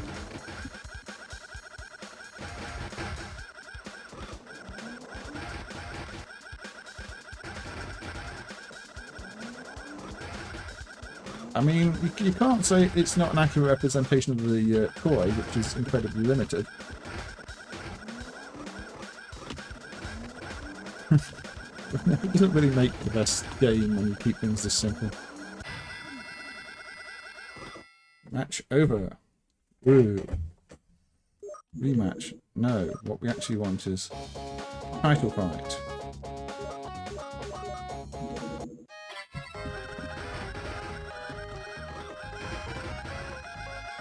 There is a training mode as well, which is kind of annoying because you just have to hit targets and run around and avoid lasers. I guess it's a bit different fighting. So, yes, this exists. For some reason, I don't think it's going to win any awards as best fighting game in the world. In fact, it's incredibly limited. Might win awards for worst, although still you've got things like Pit Fighter on the SNES, which still might be worse than this. At least this knows what it's trying to be and is that, even if it's very basic.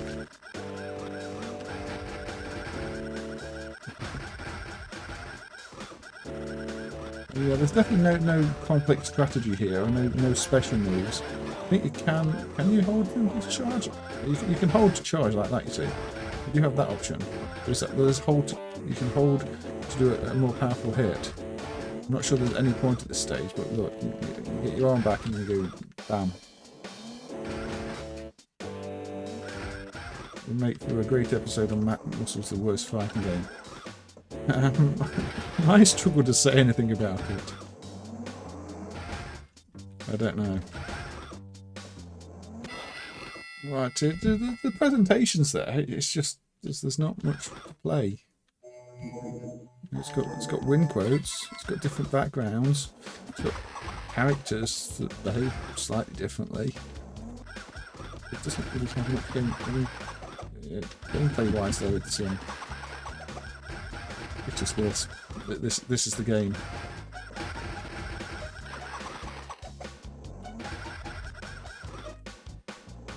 Luna's Landy is better than this.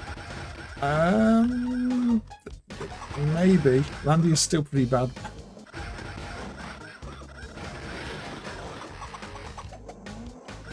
I think this might have better presentation than Landy. It probably crashes less.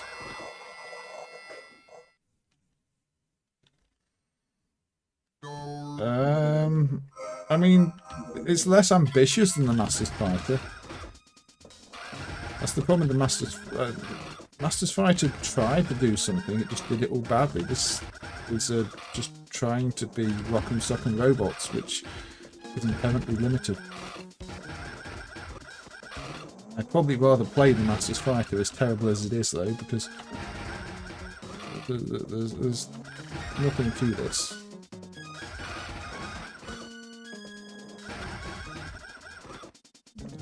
Yeah, if you like the toy, you might find a bit of fun in this. The animations are nice. The characters do have character.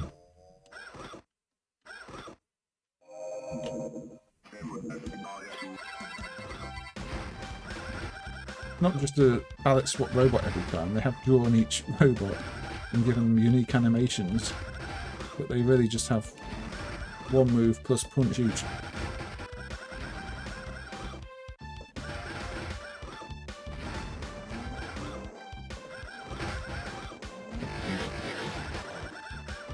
Is it better than Rise of the Robots? I mean, that's another robot fighting game. I don't know. And it seems to suffer some similar problems to Rise of the Robots in that you can just repeat one thing over and over again.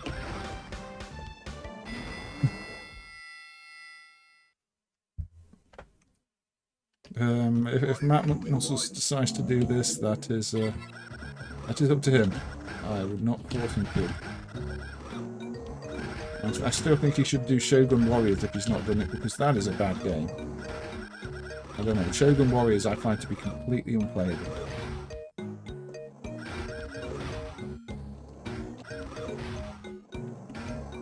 Maybe that's just me though, but every time I play Shogun Warriors I just lose, and it's got terrible characters and terrible backgrounds and terrible everything.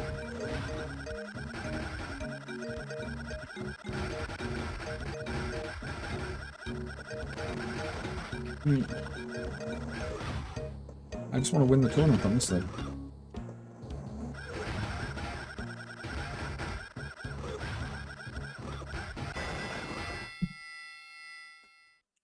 Any news Hyper 64? No, I've not touched Hyper 64 for a long time.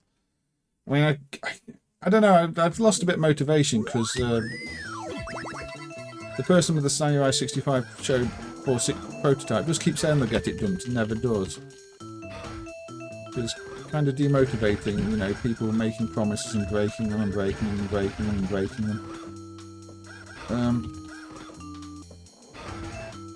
Okay, this one's annoying because this one freezes you. I don't like the thing. It just stuns you. I think you have a stun animation, it just stuns you.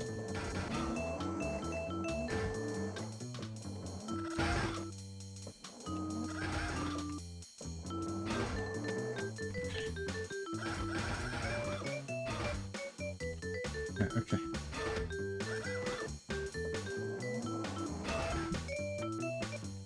Okay, this is where I don't like being stunned repeatedly.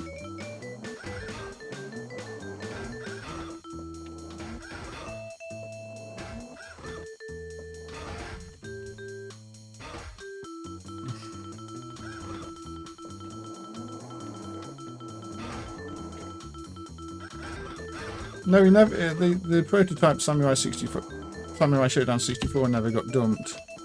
It's been an ongoing saga for many years now. It's just annoying because there are clearly some visible differences there that may even, you know, it may contain debug information that helps with the emulation, for all I know.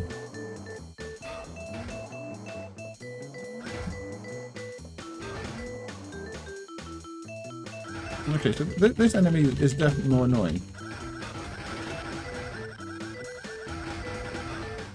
At least if we're trying to do the...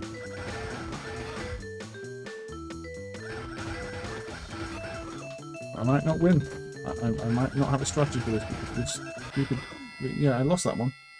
Because I kept getting stuck in place. No, no, I'm not really impressed by that person. They seem to be very much about promoting their own channel and then not keeping promises. Anyway, you got passwords for different levels.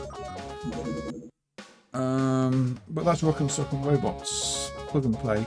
It's well presented, but there's really not much to it. But it's not one of the Jack specific ones, so it's one that I figured people might not be so aware of. Next game is one I really don't know how to play. It's another Spanish game, and one that sort of slipped under the radar when it was added. But this is Paracaidista, a 1979 Spanish game, which I think was one of the first projects for somebody. Is it the somebody who did Galaga stuff later? I can't remember exactly, but yeah, this was recently recovered and dumped, and it's it appears to use a spinner. You've got a long shot and a short shot option. So, like many Spanish games, you get 2 credits for your coin.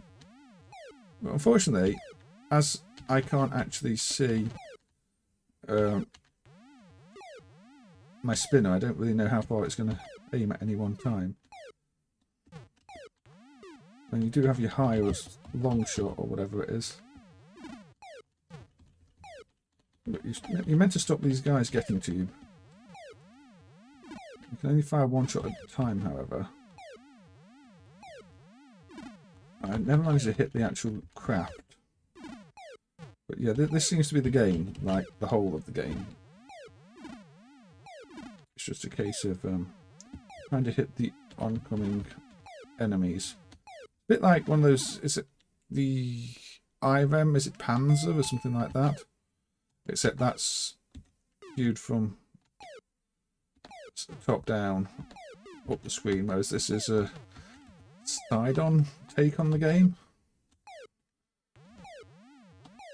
But yeah, without being able to see the dial, it's quite difficult to know. But I'm just using a mouse, which makes it hard. It doesn't even feel like your shot goes high enough to hit the thing at the top there. But there you go, it does if you're careful. There's like 1 or 2 frames where it is high enough. Yeah, this is an early attempt to do something different. I mean, this is 1979. This is sort of your Space Invaders era type of game. As you can tell from it being black and white. What's interesting is it does show that there was an active arcade industry in Spain, even back then, creating software. Maybe there were quite a few other lost games from the period. However, I think without the real cabinet, this is a bit difficult to play.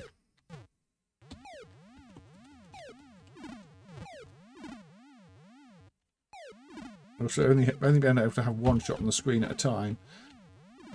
It just feels like the enemies come too quickly for that to be enough. If you could aim more precisely, I guess it would be fine.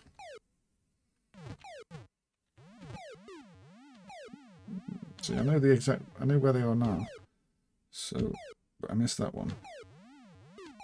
Lost my timing.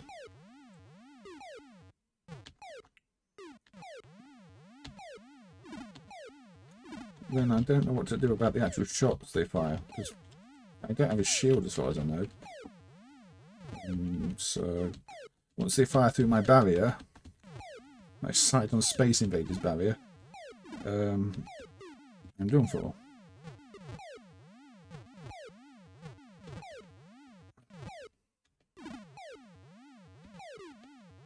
Probably.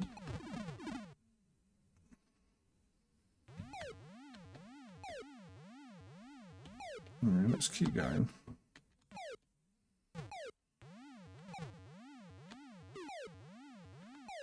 But yeah, I think simply having a physical dial that you could tell what position is in would make this far easier than a mouse, because I'm just having to guess. Yeah, I don't know what to do with the actual shots, because you can't block them. And the enemies are going to inevitably shoot.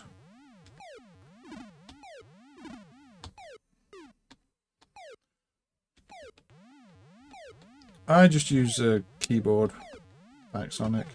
I primarily do development, not playing of the games, so if I'm playing games, it's typically on the console. I use the PC for development. So I still have some lives left apparently. I'm not even trying to hit the ones above at the moment. It's very difficult to hit those ones.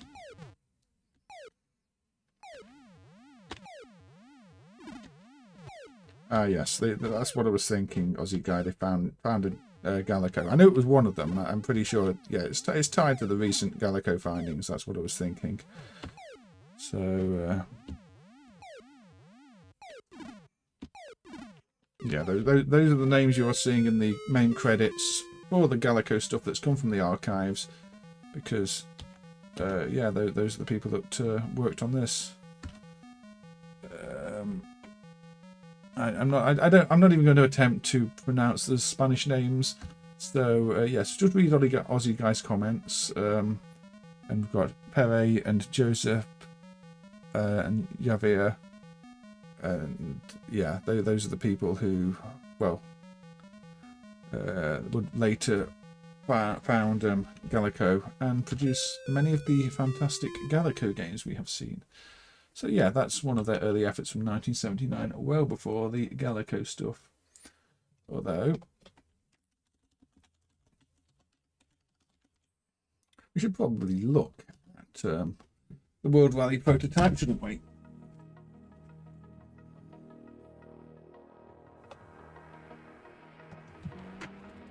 So yeah, a bit of World Rally with the uncensored image of Mr. Famous Spanish racing driver, and also with an E on the end of Rally for some reason. Yeah, this was on Modular system, which is a weaker and more generic piece of hardware than the final game. Here's C scenes. It's even got the signature. The signature graphic is still in the final game ROM, but it goes unused. Carlos Sainz. I don't know if that's how you say it. I assume it is. I don't really watch Rally. Yeah, this is the prototype. Note the car shadow is just sort of a checkerboard crosshatch because this hardware does not support shadow sprites. But we'll play a little bit of this game. You can see the basics. Well, I mean, I think the game itself feels kind of complete at this stage in terms of playing. They could have released it like this, maybe with a few more difficulty tweaks, but they decided not to. There's no major flaws with it even in this stage, and this was a location test build, so some people would have got to play this in Spain back in the day. Galaga did want to go better than this, and also Galaga wanted to do the protection. This is completely unprotected, and one of maybe the more famous things about World Rally is just how heavy the protection on it is. And yeah, this is another one that they provided from the archives. So without Galaga providing this, it would not be emulated. So again, thanks to them, and I'm assuming that's how we ended up with the previous Paratrooper game as well. Just a little bits of history now in MAME.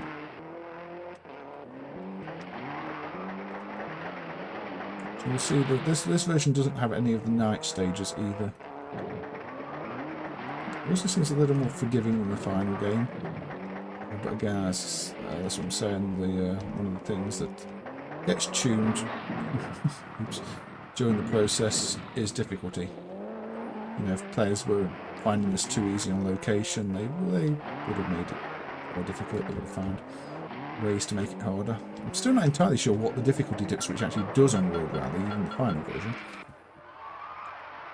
Yeah, I mean, this came before Neo Drift Out and the like, Adam. This was so popular, everybody kind of wanted to copy it.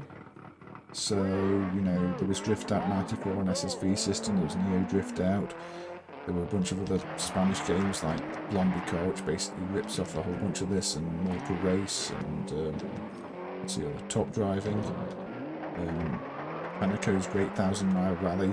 The popularity of this one just sort of made a lot of the bigger companies go, wait, we're going to try and do that too. But that's why it's an important game.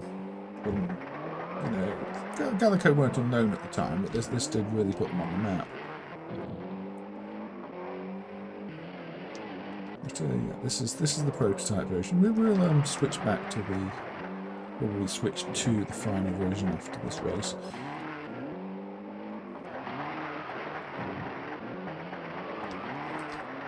But, it still plays a good game.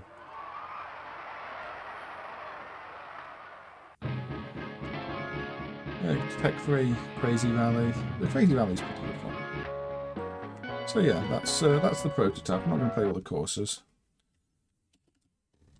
Now, interestingly, there were, if you look at the different versions of the final game, you'll see there's different levels of censorship. So this is technically the most recent build of the final game, and you'll notice this has more censorship than even the other versions, because they've tried to make the car on the title screen not look like the car, so they've given it sort of four headlamps, and they've erased some of the details on the shirt as well with some crude tiles there. So if you look at that, and then if you load one of the older versions,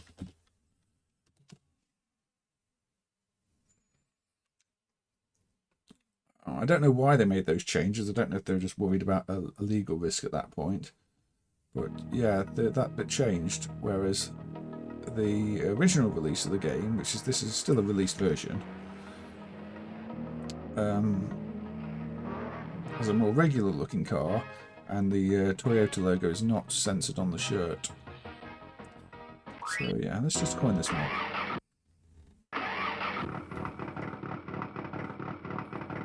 So yeah, people only talk about the censorship of Carlos between the prototype and the final, but as you can see, there was some further censorship after the game was released. this is the final game. This has real shadows, so it's no longer a cross-hatch pattern. And also those bigger buildings at the side of the road, they're not there on the final, on the prototype. They are there on the final. They added a whole bunch of little extra details like that. Extra trackside objects. And, you know, made the game just feel a bit less empty as a result. So I think it was worth the extra time they spent on developing it beyond that prototype stage. It's nice to be able to compare. And of course this has all the protection and everything else that the game is known for, because this is one of the final versions.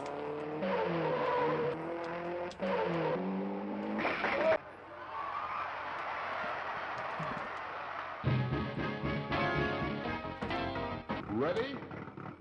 3, 2, 1, go! Yeah, he changed teams from Toyota to I can't remember who. I'm assuming something to do with whatever licensing deals they had did not apply after that, so it all got changed.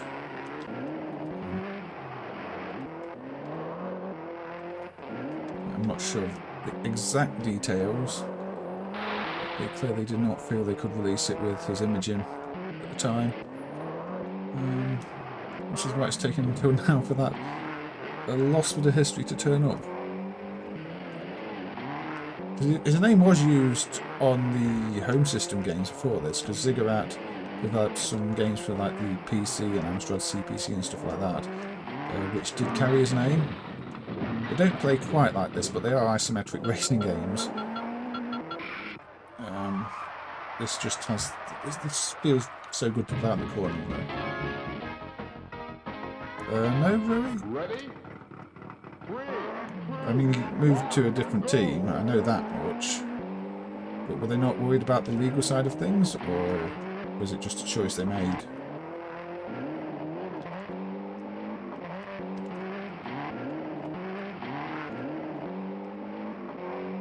Said they've removed his image because he changed teams. I don't know if that is tied to any other agreements they had or just a choice. But, you know, the video about the whole thing is unfortunately in Spanish, and I don't speak Spanish, so I can only go on roughly what it seemed like it was saying when I was translating it. It would be nice to have that video fully subtitled in English so that it's a bit clearer.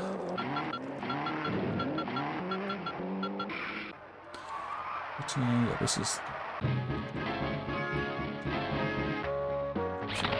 Now the other thing... ready? You spent a lot of money on this game. You mean playing it in the arcades?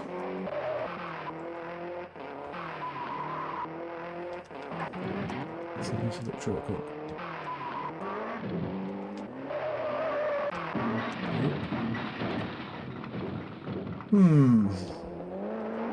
So I did want to show one of the night stages, but I forgot where they are. Because one of the things the prototype modular system hardware could not do is the wonky flashlight effect that the night stages use. Headlight effect, flashlight, similar thing.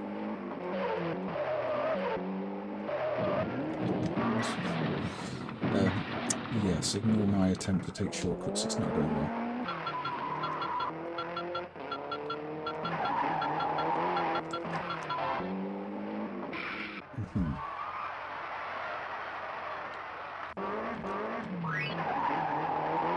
Yeah, I mean, the 4 headlight thing is just a cheap sprite hack, really. They've not changed the graphics ROMs, they've just put some extra sprites over the image. And for the censorship of the Toyota on the shirt, they've just replaced some of the tiles with, you know, duplicate tiles, which is why I got that repeating tile pattern. Okay, I'm clearly not concentrating when I'm playing this. These are the easy courses. I can usually clear this game without a problem. So, be quiet.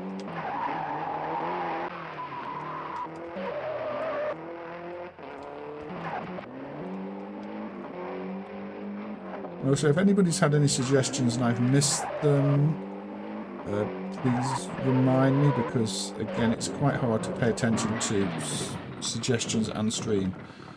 Okay. I don't know why I'm playing this so badly.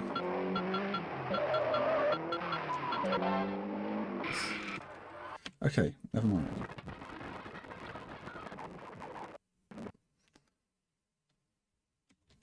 Are the night stages in the attract mode? I can't remember. There we go. So yeah, the night stages can be seen in the attract mode. But yeah, the modular system hardware couldn't do this weird sprite effect where it's changing the palette rather than drawing sprites as a colour. So when they moved to this hardware and they could do that effect, they added the night stages, which actually looks good, and it makes those stages more challenging because you can't see as well. So it helps with the difficulty of the game, which in the prototype version was definitely too easy. A block fever. I had a feeling you might suggest that one, Aussie guy. This is one of these I will fail on quite badly. Look, no, that's the wrong block fever game.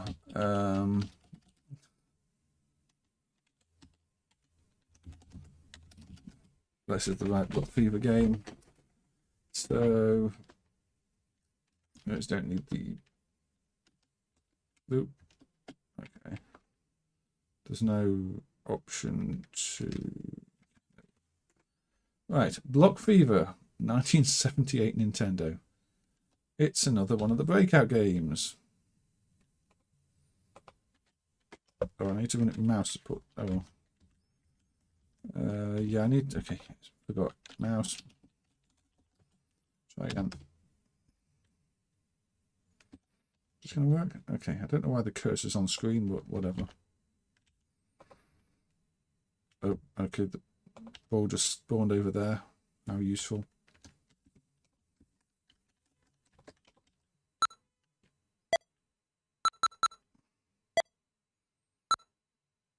Look, you have to destroy the wall. And it gets fast. And then your back gets tiny, because why would...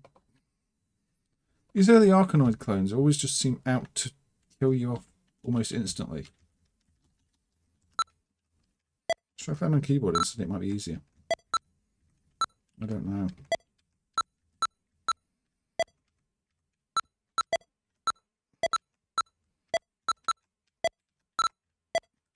Look, I mean, why? Do the games really need to be that unfair? I was having a hard enough time anyway without it shrinking my pad after, 4 hits of it being small, but fast.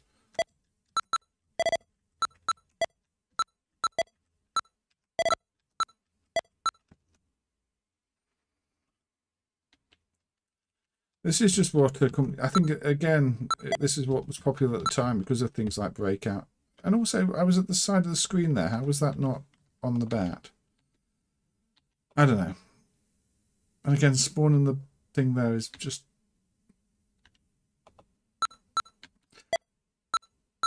I don't know. Also, you'll notice all these early Breakout games... The ball travels in a bit of a weird way through the blocks. If it hits them from the side, it kind of goes through them.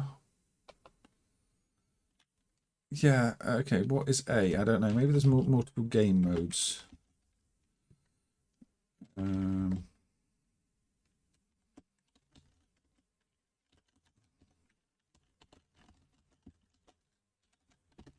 Yeah, doesn't seem to be multiple game modes. I don't know what A is then. I don't know.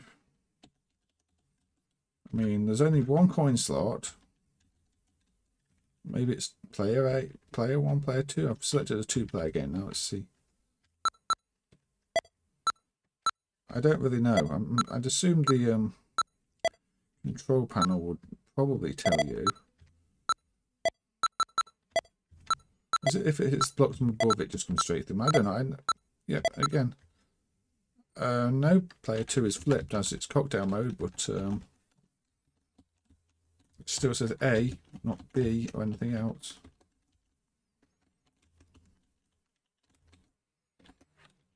Okay, and that Machine config. Ah, okay. Oh, I see. I see. So this is not something not something the player could change. This is something that only the operator could change. Again, I don't know.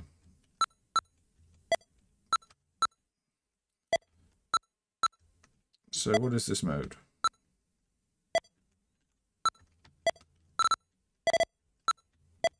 Quick shift a bit, and it still does this thing where it makes the bat tiny after like. I don't know. Okay, so in this mode, the bricks shift to the right. That is game B, but the operator chooses it's not the player, so I don't know why they need to communicate it to the player, unless... I mean, if it's an actual switch on the cabinet that the player could choose, then it shouldn't be a machine config, so...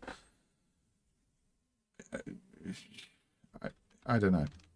Let's see what mode C is. But it seems to only change it to mode C in the text after you start the game.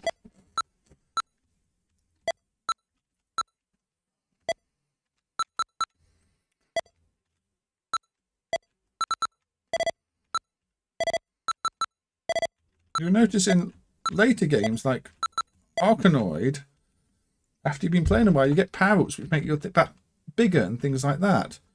It's just... can you tell I'm not a huge fan? So yeah, when the ball's coming downwards in these older ones, it doesn't collide, so it never bounces back up apart from on the bat. Which I also find really awkward, but I guess that's the processing power they had to work with. So I don't know what changes on game C. I'll probably never find out because I'm not good enough.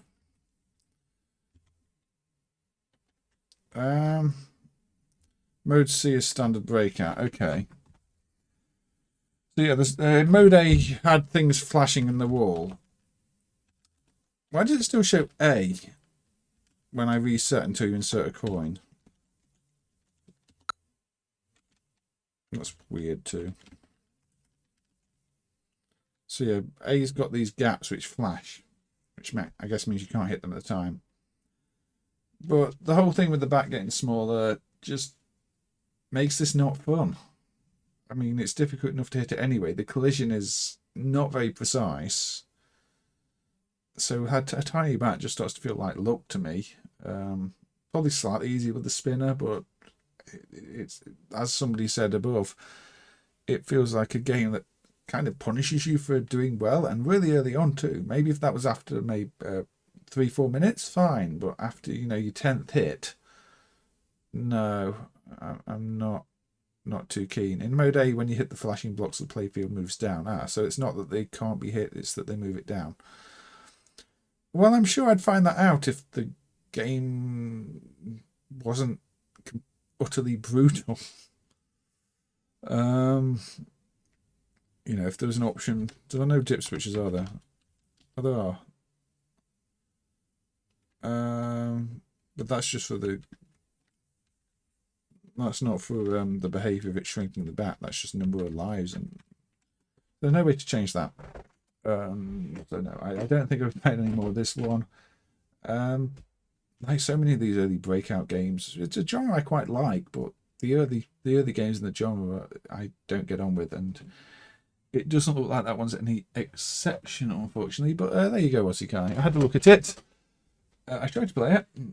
It was on my list of things to possibly play, but it's not one I get on with.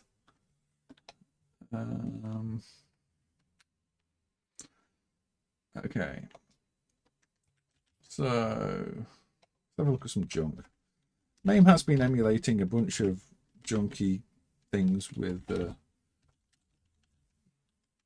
lots of NES bootlegs in, and this is one of the ones that is sold as a 666 in 1. Now the first thing I'll want to highlight is the menu on this version, which is what the G9 game box has 4 languages. Most of this music, if you go into the menu, it will still be this music. Alright, if you select the Russian language option, it gives you a completely different menu with new music. It's the same games, just for some reason it's got a different menu with different language and different music. But anyway, let's choose English, and there aren't 666 games, so they're just full of repeats. As many of these things are. Let's have some alright games on though. But yeah, there aren't actually many games at all. What would play? Maybe a bit of Snow Brothers.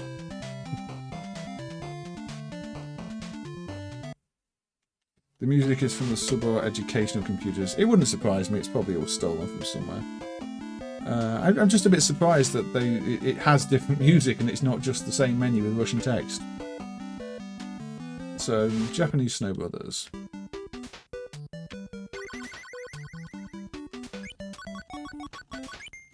Yes, it's just a Snow Brothers. Which, you know, isn't actually a bad game. I think there's some of these handhelds also run Super Mario Brothers at super ridiculous speed, and I'm not sure why.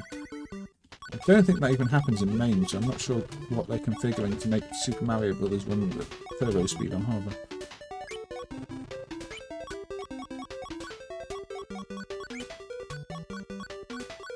Developed by Sol for Capcom Proton. Did Sol do much else? Because from what I know of Snow Brothers, this feels like a decent port and it's nice and colourful. Yeah, it's the Japanese Snow Brothers port. These handhelds don't really care what versions they put on. I've got one. Well, I had one. Like I say, the package that I sent to Team Europe this time appears to have been lost according to the Royal Mail, so about 20-30 random handhelds that were in there, a lot of things like this, probably just now lost forever, and I don't really want to rebuy them. But there were a lot of unique ones with different game lists in there and stuff like that, so I'm a little bit annoyed.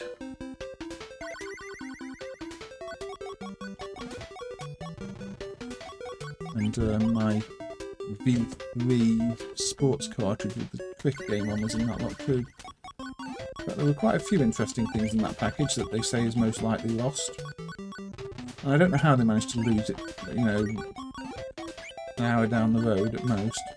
But it's not been scanned in over a week, and place that it should have left there within an hour. Not been stuck there for a week, unscanned.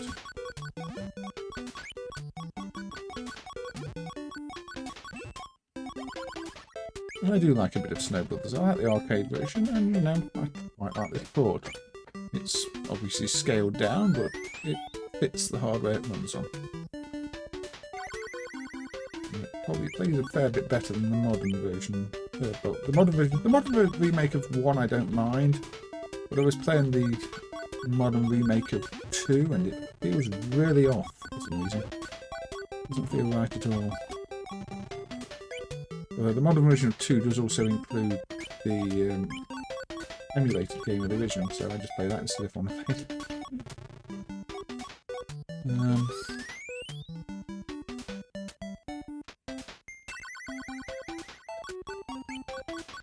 Yeah, there's loads of them called Arcade Fun or Arcade This and Arcade That, and there's loads of ones with exactly the same cases but different software lineups or different languages or different bugs, and I'm noticing a lot of the current ones, the game lists don't really even add up to what's on them. Like I've had a couple where they list Super Mario Brothers in the menu, but then you launch Super Mario Brothers and it's the one game on the system that isn't Super Mario Brothers. I guess they've swapped it out later on, maybe due to the concerns.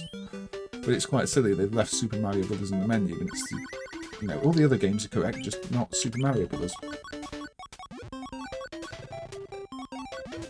But I don't know, you don't know what you're getting with them, so you can't specifically buy certain units, because even if you see one for sale, there's no guarantee it's going to have what it shows in the picture.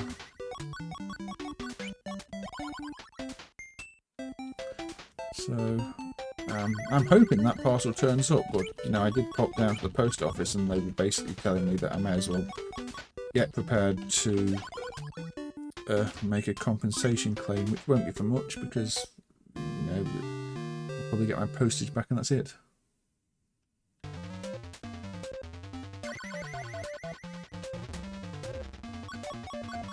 Also, Sol also developed the Flintstones games on the NES Famicom. I seem to remember those being alright. Yeah, get your boss battle in fact, yeah.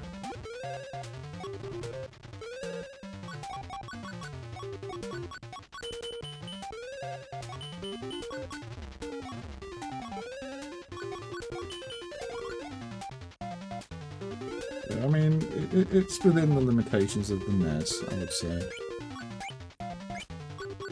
I think for a NES boss it looks alright.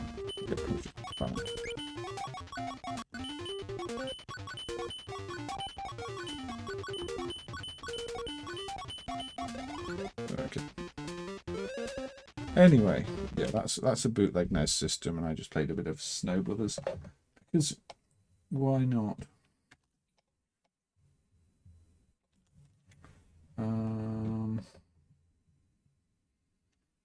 What else shall we play?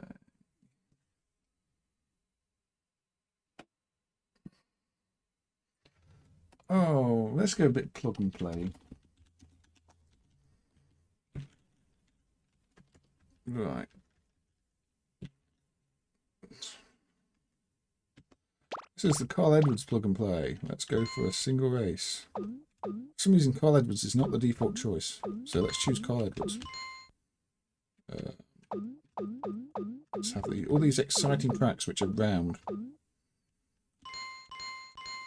We'll see what a tragedy this game is. So, it's a sprite scaler where the sprites don't really zoom.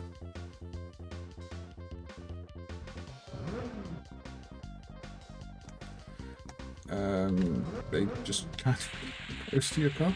So yeah, you know, there's no zooming on the cars. You just have to sort of guess how far away. It's one of the worst looking 3D sprite. I say sprite scalers. I can't really call it sprite scaler because they're not really scaling. And also note there's a rear view mirror which does not work. That is not an emulation glitch. The rear view mirror just doesn't work. It is not programmed to work. It does not work on real hardware.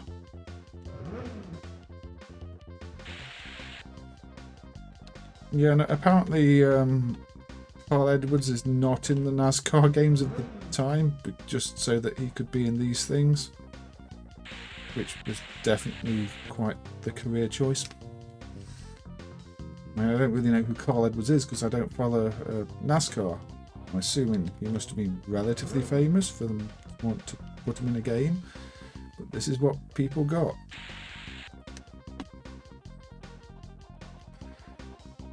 So yeah. And the controls aren't analog. It looks like a steering wheel, it looks like pedals, but it is digital inputs. 100% digital inputs.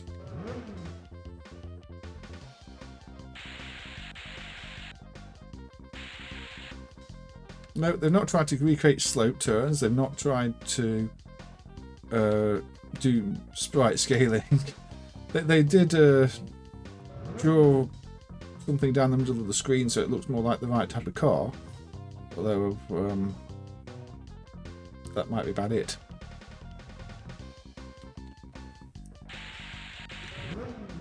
And yes, of course, you have your picture on the screen at all times in the corner. I've got to do 10 laps of this. Yeah, I'm sure a kid would have loved this, considering this was what, about 2005, 6 or something like that, I think.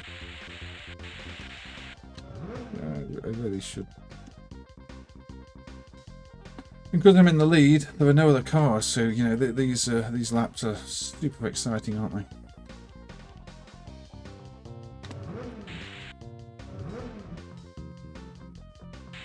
This is on some Plus hardware, Johnny Bond.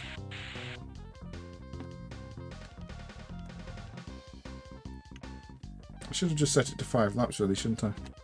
But I am determined to play. Oh. Okay, what happened? Results. I came in 10th.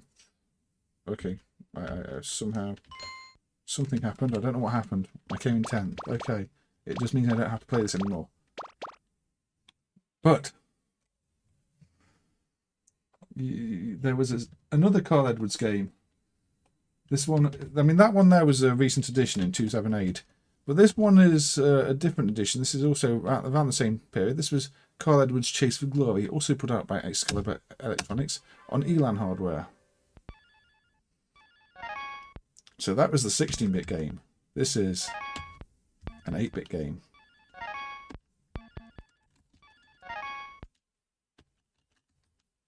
It wants to work. There we go, okay. So, 3 laps.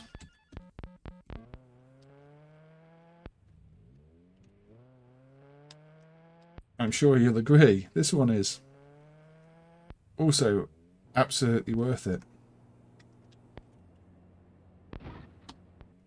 This one, they couldn't be bothered to draw the sprite in a bigger size, so they used the sprite doubling feature the hardware has to draw the cars pixelated when they're close to the camera, which I guess at least means it has sprite scaling. But yeah, there were these 2 Carl Edwards products, both put out by Excalibur, and this one somehow manages to make the other one look great.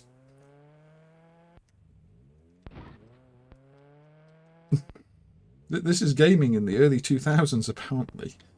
Keep in mind, you could buy a PlayStation 2, maybe even a PlayStation 3 at this point. I mean, PlayStation 3 was what? No, you could put maybe an Xbox. I think PlayStation 3 was 2007, wasn't it? Whereas the 360 was a year earlier. So yeah, the 360 might have been on the market at this point. Because I think these are like 2006 products. Maybe this one's earlier, because we don't know the year for either of them, and there are 2 of them, so this might have been the earlier one. I hope this was the earlier one, because if this came out after the other one, I have no words. But they're still early 2000s, early to mid 2000s. Yeah, I mean, there probably should be some more sound going on here. These Elan platforms, the sound emulation isn't quite all there, so you might have some terrible engine noises you're missing, but still. This is just a waste of time. You know, everything is minimal effort. Look at the speedometer. It's just like, no, they didn't care. There's no numbers on it. There's nothing. This game simply exists. I will complete the lap. It's just a practice lap. Yeah, you could buy, say, V-Rally 3 on the cheap. Why would you want this hunk of plastic in your living room taking up space playing just this one game with no doubt terrible controls as well, because the physical controls on these things are never really that good. I mean, I'm glad we've emulated it, or at least partially emulated it, because it's a piece of history, but it's not good in any way. Yeah, it's almost like the car's gain detail as they go into the distance, because I think the slightly lower resolution, the slightly smaller sprite is to higher it's not as double zoomed, so it just looks weird. It's like maybe they ran out of memory for the biggest sprite, so just scaled a smaller one. I have no idea. First place, word. There you go. Chase for Glory. This game is not glorious. What else can we play?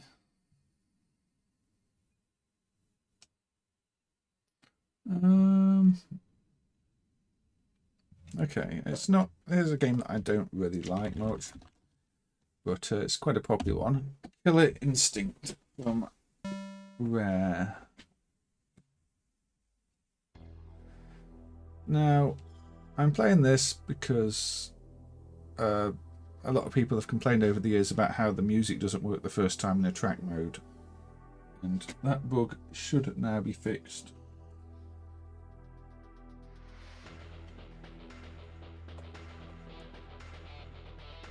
Available for your home in 1995. Only on Nintendo Ultra 64. And a bit of an advert for the N64, which this does not share any hardware with, really. This is not an arcade N64. This is, it's not even the same platform that Cruising USA was on, but it was a marketing gimmick, and the game did come to the home system, but in a much reduced form.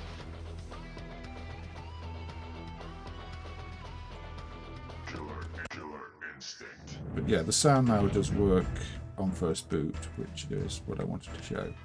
I don't know if you could even hear the sound because the volume level seemed all over the place. But it does now have sound on first boot without having to reset it. Not a game I play much. It's not a game I'm especially good at. I don't even like the pre-rendered style. It reminds me of is it Ragnagard on the Neo Geo?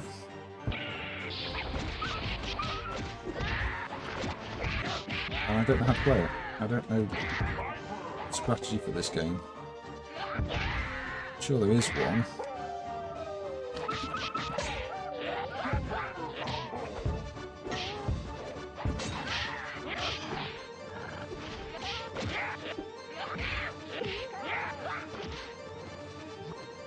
Yeah, Cruising, I mean, obviously looks a lot worse, although pre-rendered graphics didn't really translate that well to the N64. Either, if you ask me. I don't know. But yeah, the N64 port of Cruising is pretty bad compared to the arcade, and the arcade's not even good in the first place. Look, I get to enter my name in the middle of the game.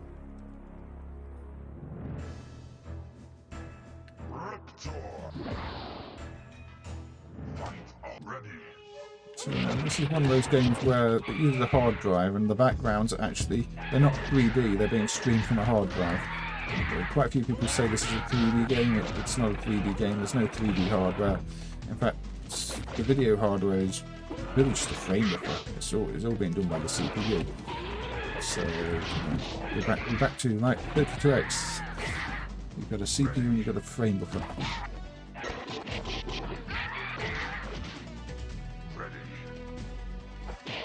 Ultra 64 hardware really had nothing at all to do with the N64. It's just Nintendo's way of saying that these games are going to be on the home system. Kind of backfired a little bit, I think, because people realised that the N64 ports were not the arcade versions and were quite a bit weaker. And they're still sold, but so I guess they didn't backfire in that sense, but a lot of people did comment on how much worse the N64 versions look. They thought they were being promised proper home, ports under the same hardware. I'm not a big fan of this pre-rendered look. I mean, it's well done here. There are enough colours to make it work. I do prefer hand-drawn sprites.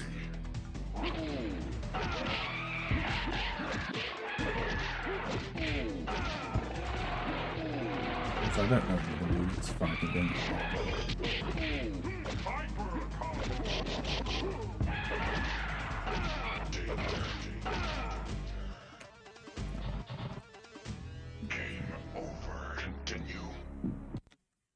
Anyway, as I said, let me just boot it up again so you can see what I mean.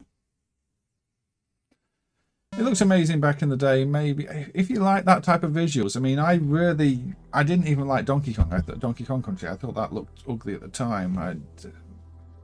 It wasn't a visual style that really appealed to me. So even if you do it well with plenty of colours, it doesn't really beat proper hand-drawn sprite work to me. Available for your home in 1995. Only on Nintendo Ultra 64. Yes. There's your little advert.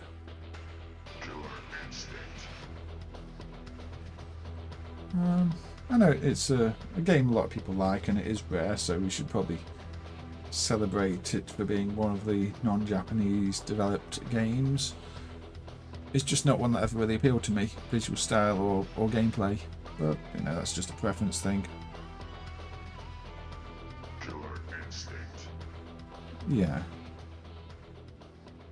Anyway, there you go. A bit of Killer Instinct. Okay, sure I put the Neo Geo game. But you know, let's say this is the Neo Geo game. Not a Neo Geo port of Killer Instinct, but a Neo Geo game with pre-rendered graphics. But kind of this is what Killer Instinct always reminds me of. Look, pre-rendered graphics in a fighting game. Yeah. Hoo-ha! Hoo-ha! Hey! Ora! Of course, this plays a lot more like a Japanese fighting game and a lot less like Killer Instinct.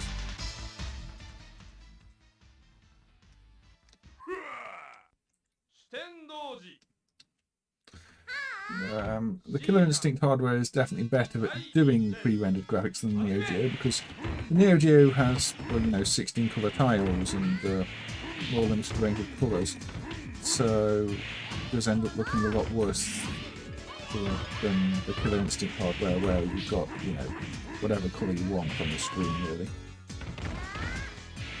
But you've got much smoother gradients because you've got a better palette size, you're not limited to the tiles on that hardware. So yeah, the hardware they used for Killer Instinct, being a frame buffer,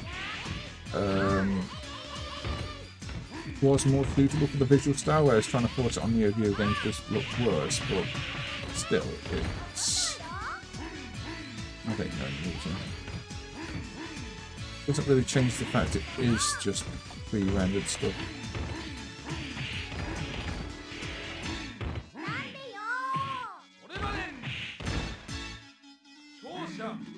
Yeah, King of Fighters uses pre-rendered elements in the background. I guess that's more okay though. I mean, it's a bit like modern use of AI and stuff. If you use it for stuff like background, for stuff like trees, yeah, it can work. I guess, you know, AI is almost like the modern equivalent of let's CGI everything, isn't it? But if you use it for important things like your main characters and level design, it's going to look rubbish, be rubbish.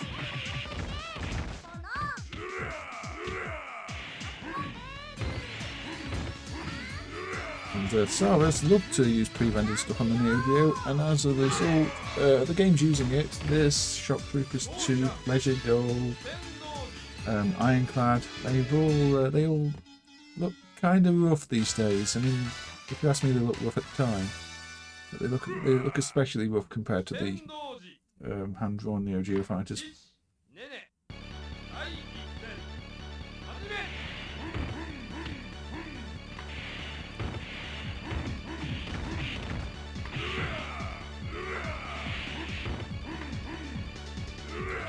A lot of Neo Geo fans really don't like this game, and I think the visual style does just put a lot of people off straight away. Apart from the visual style, I don't mind it. I think the character designs are kind of interesting. The music's good. Gameplay systems, not good. I'm not good enough at fighting games to say. It's just ugly. The main problem with this game, to me, is it just looks so bad visually. But, you know, it's not like it's quite feeble in terms of playing it. Quite feeble does not play well.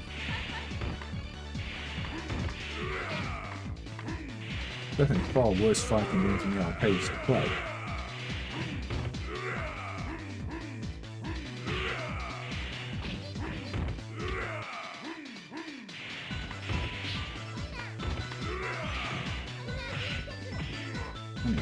It went 2.5 hours.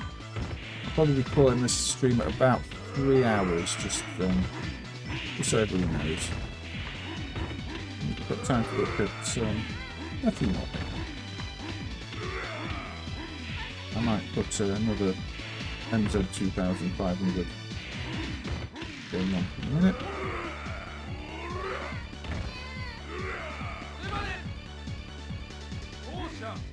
Galaxian. I seem to remember not thinking Galaxian was too bad, but it's been a long time since I played it. Anyway, I think we've seen enough of this one. I'd say it just reminded me of Killer Instinct a bit because of the pre-rendered nature of it all.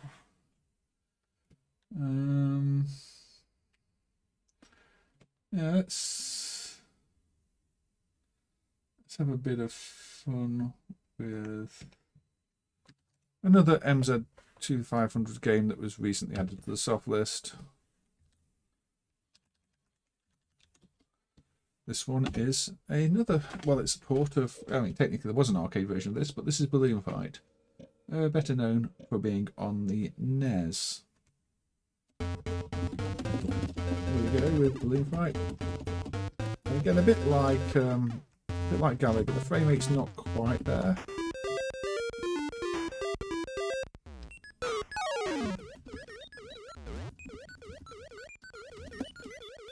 Oh, you hold it, do you? Not tap it.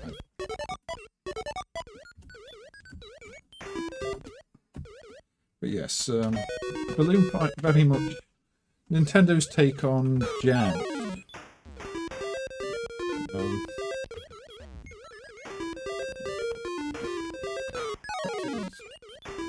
It's strange just how similar Joust and Balloon Fight are in many ways. It feels surprisingly unoriginal for Nintendo.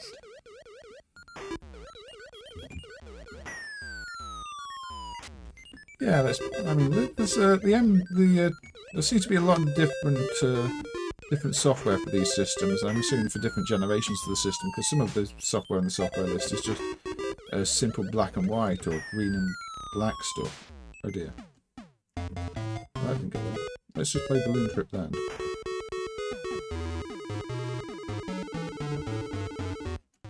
This is where you can see the system doesn't really scroll very well.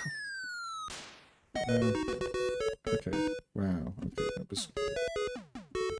I'm guessing the 2500 really does not have any kind of hardware scrolling, because this is just scrolling in tile chunks.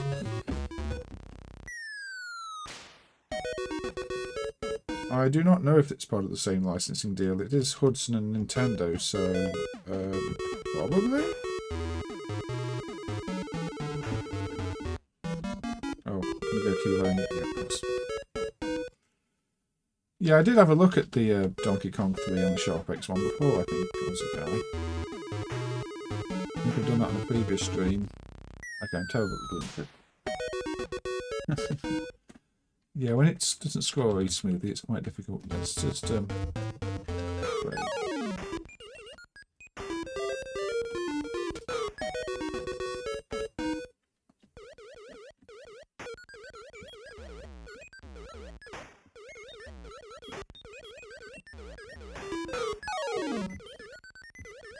I do like to see ports of games to different systems, especially ones that people might not be aware of, or where the game is from or popular on a different system.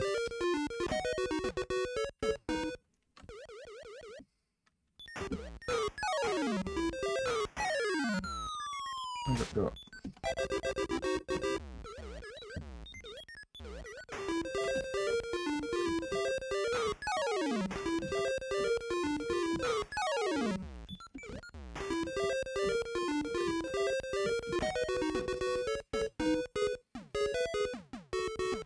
Yeah, the Super Mario Brothers special isn't that playable. Are we even sure the Super Mario Brothers special dumps are good? Because wasn't there some research which suggests that levels are broken and stuff in some versions? Or I don't remember now. It's been a while since I paid any attention to that. Some versions aren't working as well as others. Maybe that was just with old dumps though. But yeah, the Super Mario Brothers special is difficult. What I remember, it doesn't scroll, does it? Is that the one I'm thinking of? Whereas this doesn't need to scroll, apart from on the balloon balloon trip stage, which is far less playable.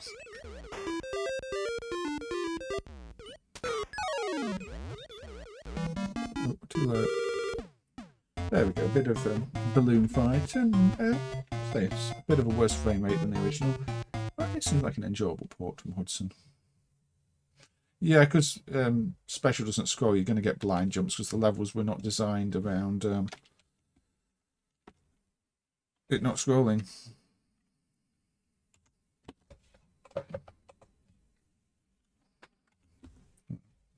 Let's close that. There's a PC88 emulator for the PC98 that works really well since the resolution matches and just passes the sound directly through since the sound chips are the same. Yeah, that's one way some early emulators managed to do it. It's almost in part backward compatibility using the native hardware. I mean, MAME used to have an option to use the Sound Blaster sound chips for YM/FM emulation, although it tended to sound terrible.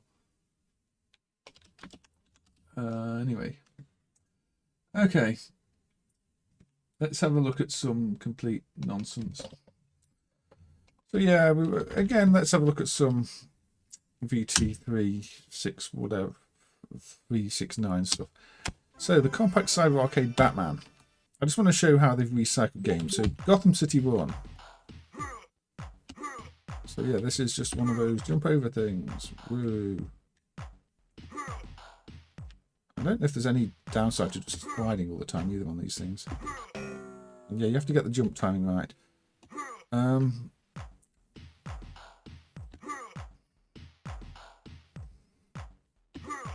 Now this version, because it's coloured everything black, means you can't actually see where the water is, which isn't really that important, but still is an odd choice. That's why I'm having to jump onto the post, because otherwise I'd be falling in water. So yeah, but this game is in many of these recent units. It's a hack a reskin of something called Mr. Runner. And yes, this is it. It's just random obstacles and go along as long as you can. This is really your type of thing. So this is the Batman one.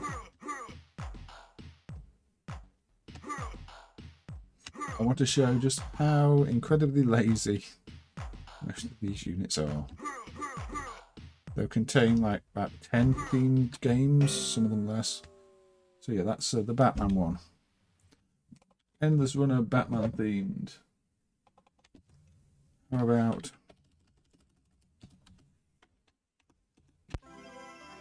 Endless Runner Spider-Man themed? It's called To the Rescue here.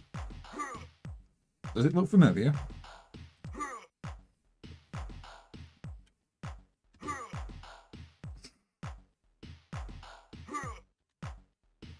This one you can at least see it's water, why you have to jump. And the Batman one, because they made everything black, you can't even see why you're meant to be jumping. I failed early. I mean, I don't. The Batman one is probably the worst of the lot, just for that. So it's like you've broken one of the gameplay elements in the sense that if somebody's never played this game before, they won't even know why they're meant to be jumping on those hooks.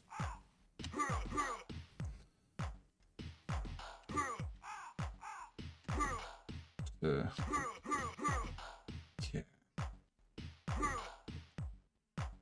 Am I sure these need to be preserved? Oh, these need to be preserved more than anything else in existence ever. Just because they exist. And some unfortunate children, no doubt, grew up with these as their first handheld or had to survive long car trips with these things to play, and probably this will bring back memories of that. Oh dear. Okay. So we're not going to stop there though. How about Star Wars Rebels Run?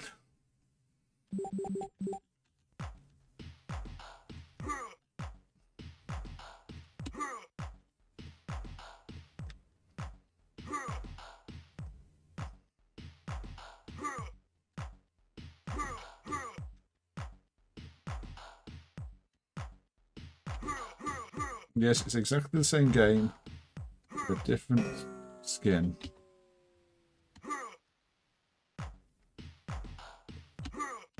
And yes, the water moves at different speeds to the ground.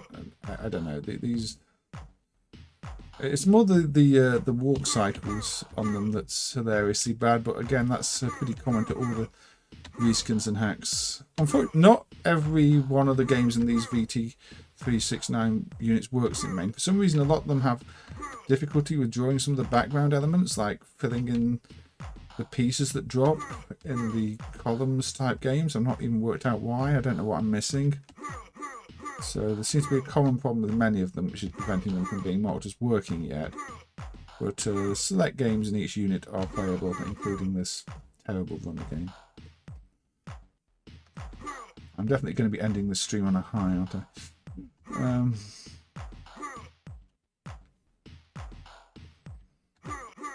I don't think there's even any elements we've not seen at this point. Yep. So once you've got the rhythm down... Okay, let's just walk into a wall. There we go. And for the curious...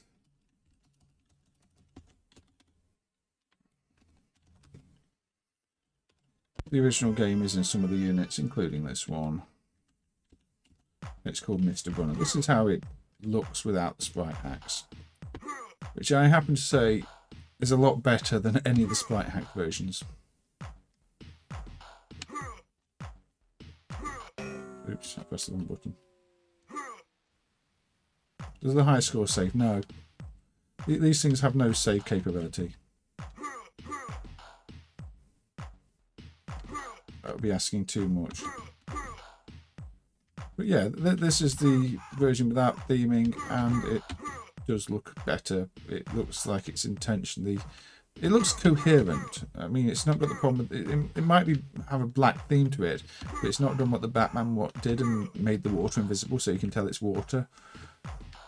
And it doesn't just look like random sprites they've slapped on top of something. It looks like it was designed. Yeah, the clouds still jerk into place. It's not a well-made thing, but that's yeah. I've been looking at a bunch of those VT systems. It would be nice if we could get to the bottom of some of the bugs. You know, the things preventing the remaining games from running, but I can't figure out the problem at the moment. Okay. Fairly recently,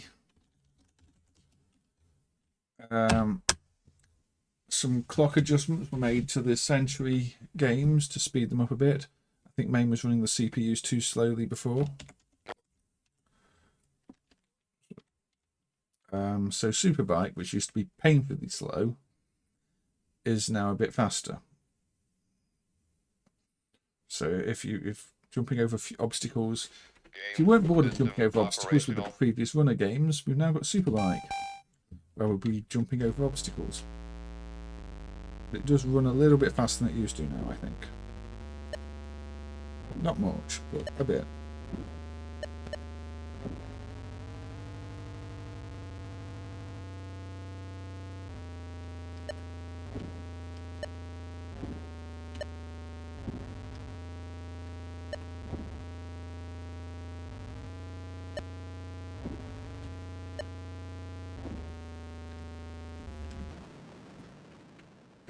Has there been any TTR net this stuff? Not that I'm aware of, Proton. There has been, I've missed it.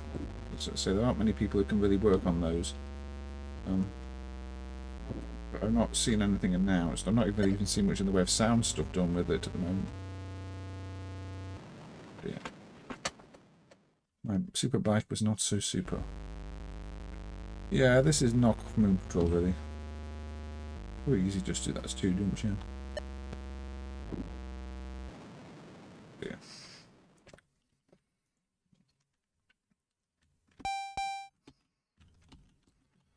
I've not even managed to cover a lot of the plug and play stuff I wanted to cover. I was going to look at stuff like Avatar. I suppose there's always next time whenever that happens. But,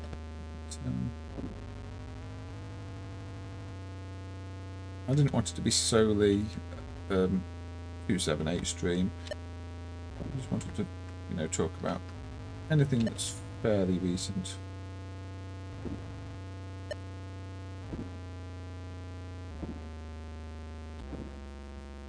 This game does feel a bit better than I remember it feeling in MAME, and I think that might be because it is running a bit faster now.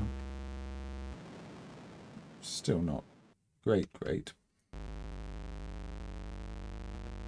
Yes, this is the one with the hardware conversion that runs at 8 trillion FPS. Smedis.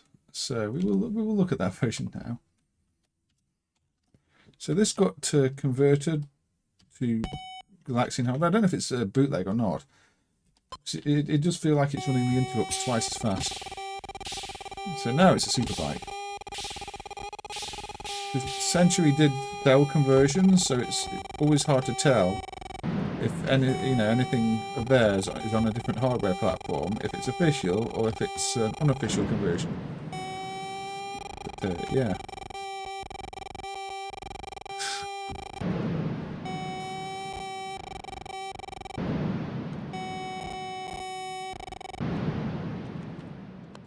Even the official stuff has terribly bootleg audio though. I mean, you look at the Century official conversions, they have terrible colours, terrible audio, terrible everything. They were just cheap rubbish.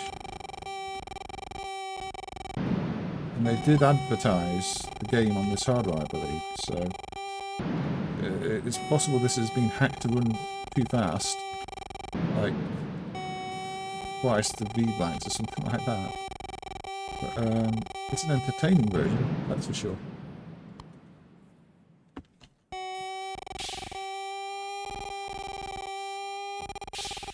do think I do a bit better than this.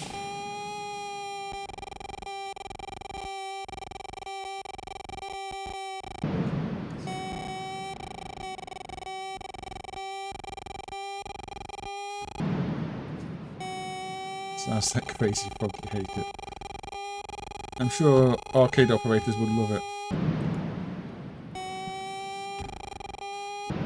And it's definitely a Superbike. It lives up to the name. Well, not super in durability, but super in speed. Yeah. Never mind. I suppose we should play something a bit better, shouldn't we?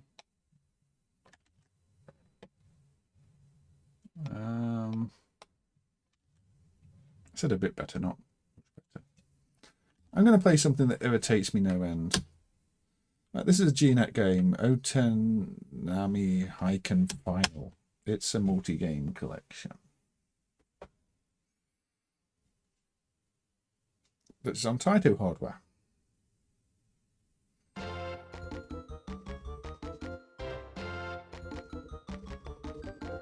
Just saved by success, but it has a Zookeeper in it. Now this game was also released standalone, just as Zoo, with lots of O's, but the version of this compilation for some reason is called Zookeeper, and it's got little Lego people in it. I don't know why.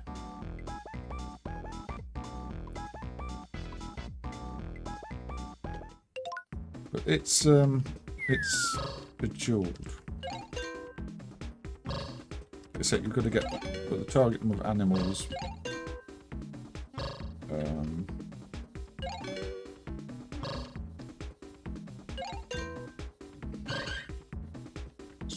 Red people. Not anywhere I need to see.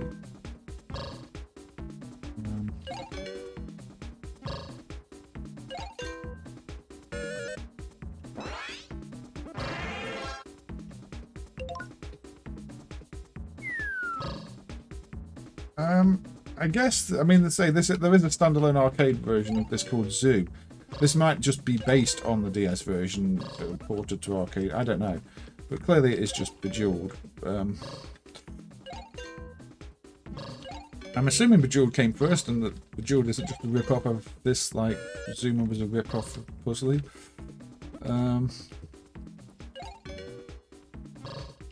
But yeah, you have targets to reach. So in this case, I need 4 of every animal to clear the stage.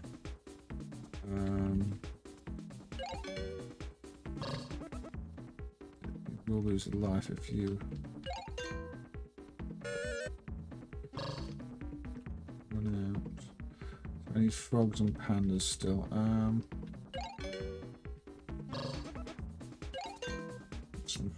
No, I just need some pandas. None of these pandas are going to match, are they?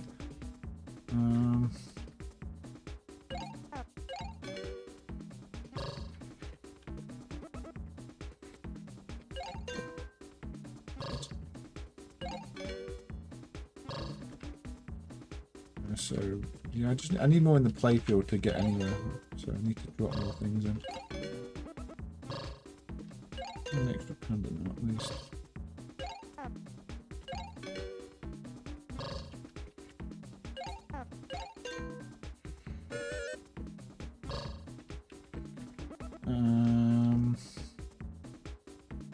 Fortunately, this is one of those games where if the pieces aren't really where you need them, it's not always easy to get to them where you do need them.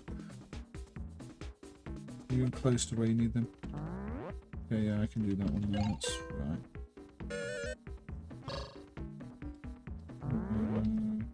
Yes, okay.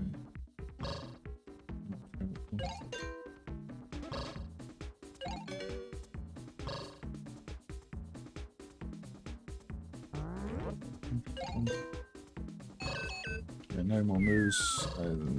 Did it cost me points? I'm not sure.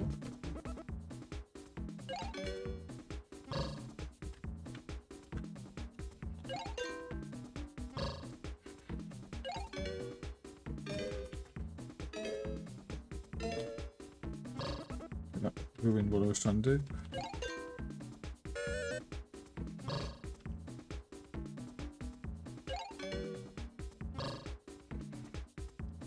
Yeah, you get the idea. Okay, and I can do the pandas that way.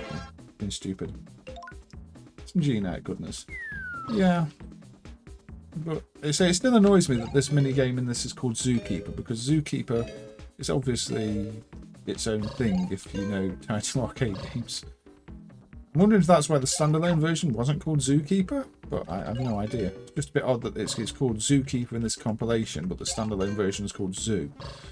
We do know that Taito have their own game called Zookeeper, which is a fun arcade game if you've never played it. When I saw Zookeeper in the menu of this the first time I fired it up, I thought it was going to be sort of a modern version of the other Zookeeper, not this. While I don't, dislike these games, they're maybe too common these days. There's one of these in pretty much all the plug and plays.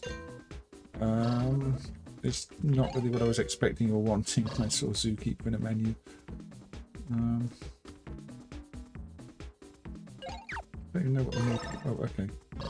I see. Oh, you press. I thought it was like a match anything, but no, it's press it and it will match for you. Why does everything just look unhappy?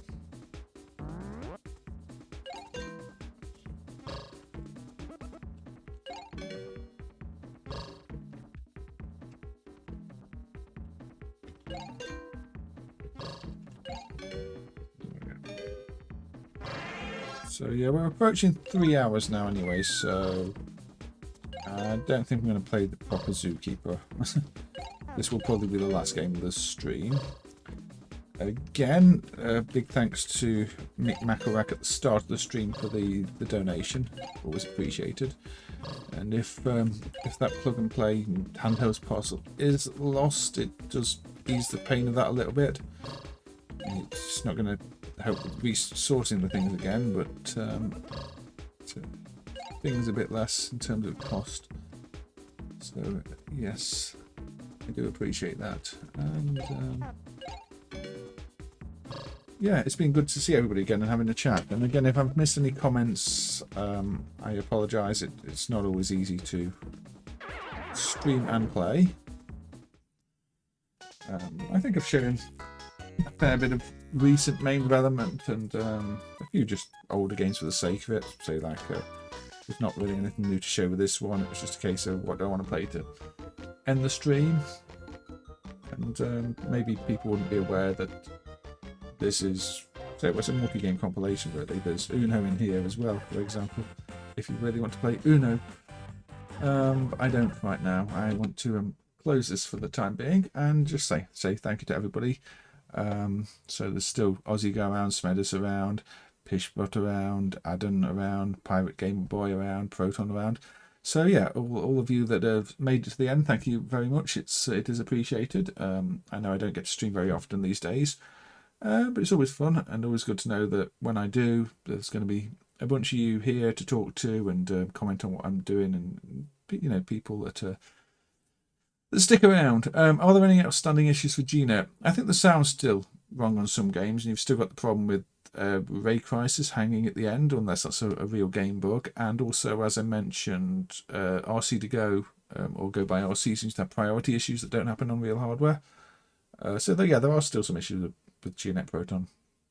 And also, thanks to Night Stwenk there as well, and say thanks Mick McElroy. But I will probably I'll catch you on the next stream, whenever that is. They're very infrequent at the moment, but the setup still works, and I think this one went nice and smoothly. So I'll probably consider doing one when I've got a bit of time. So take care, everybody, and I will hopefully see you soon.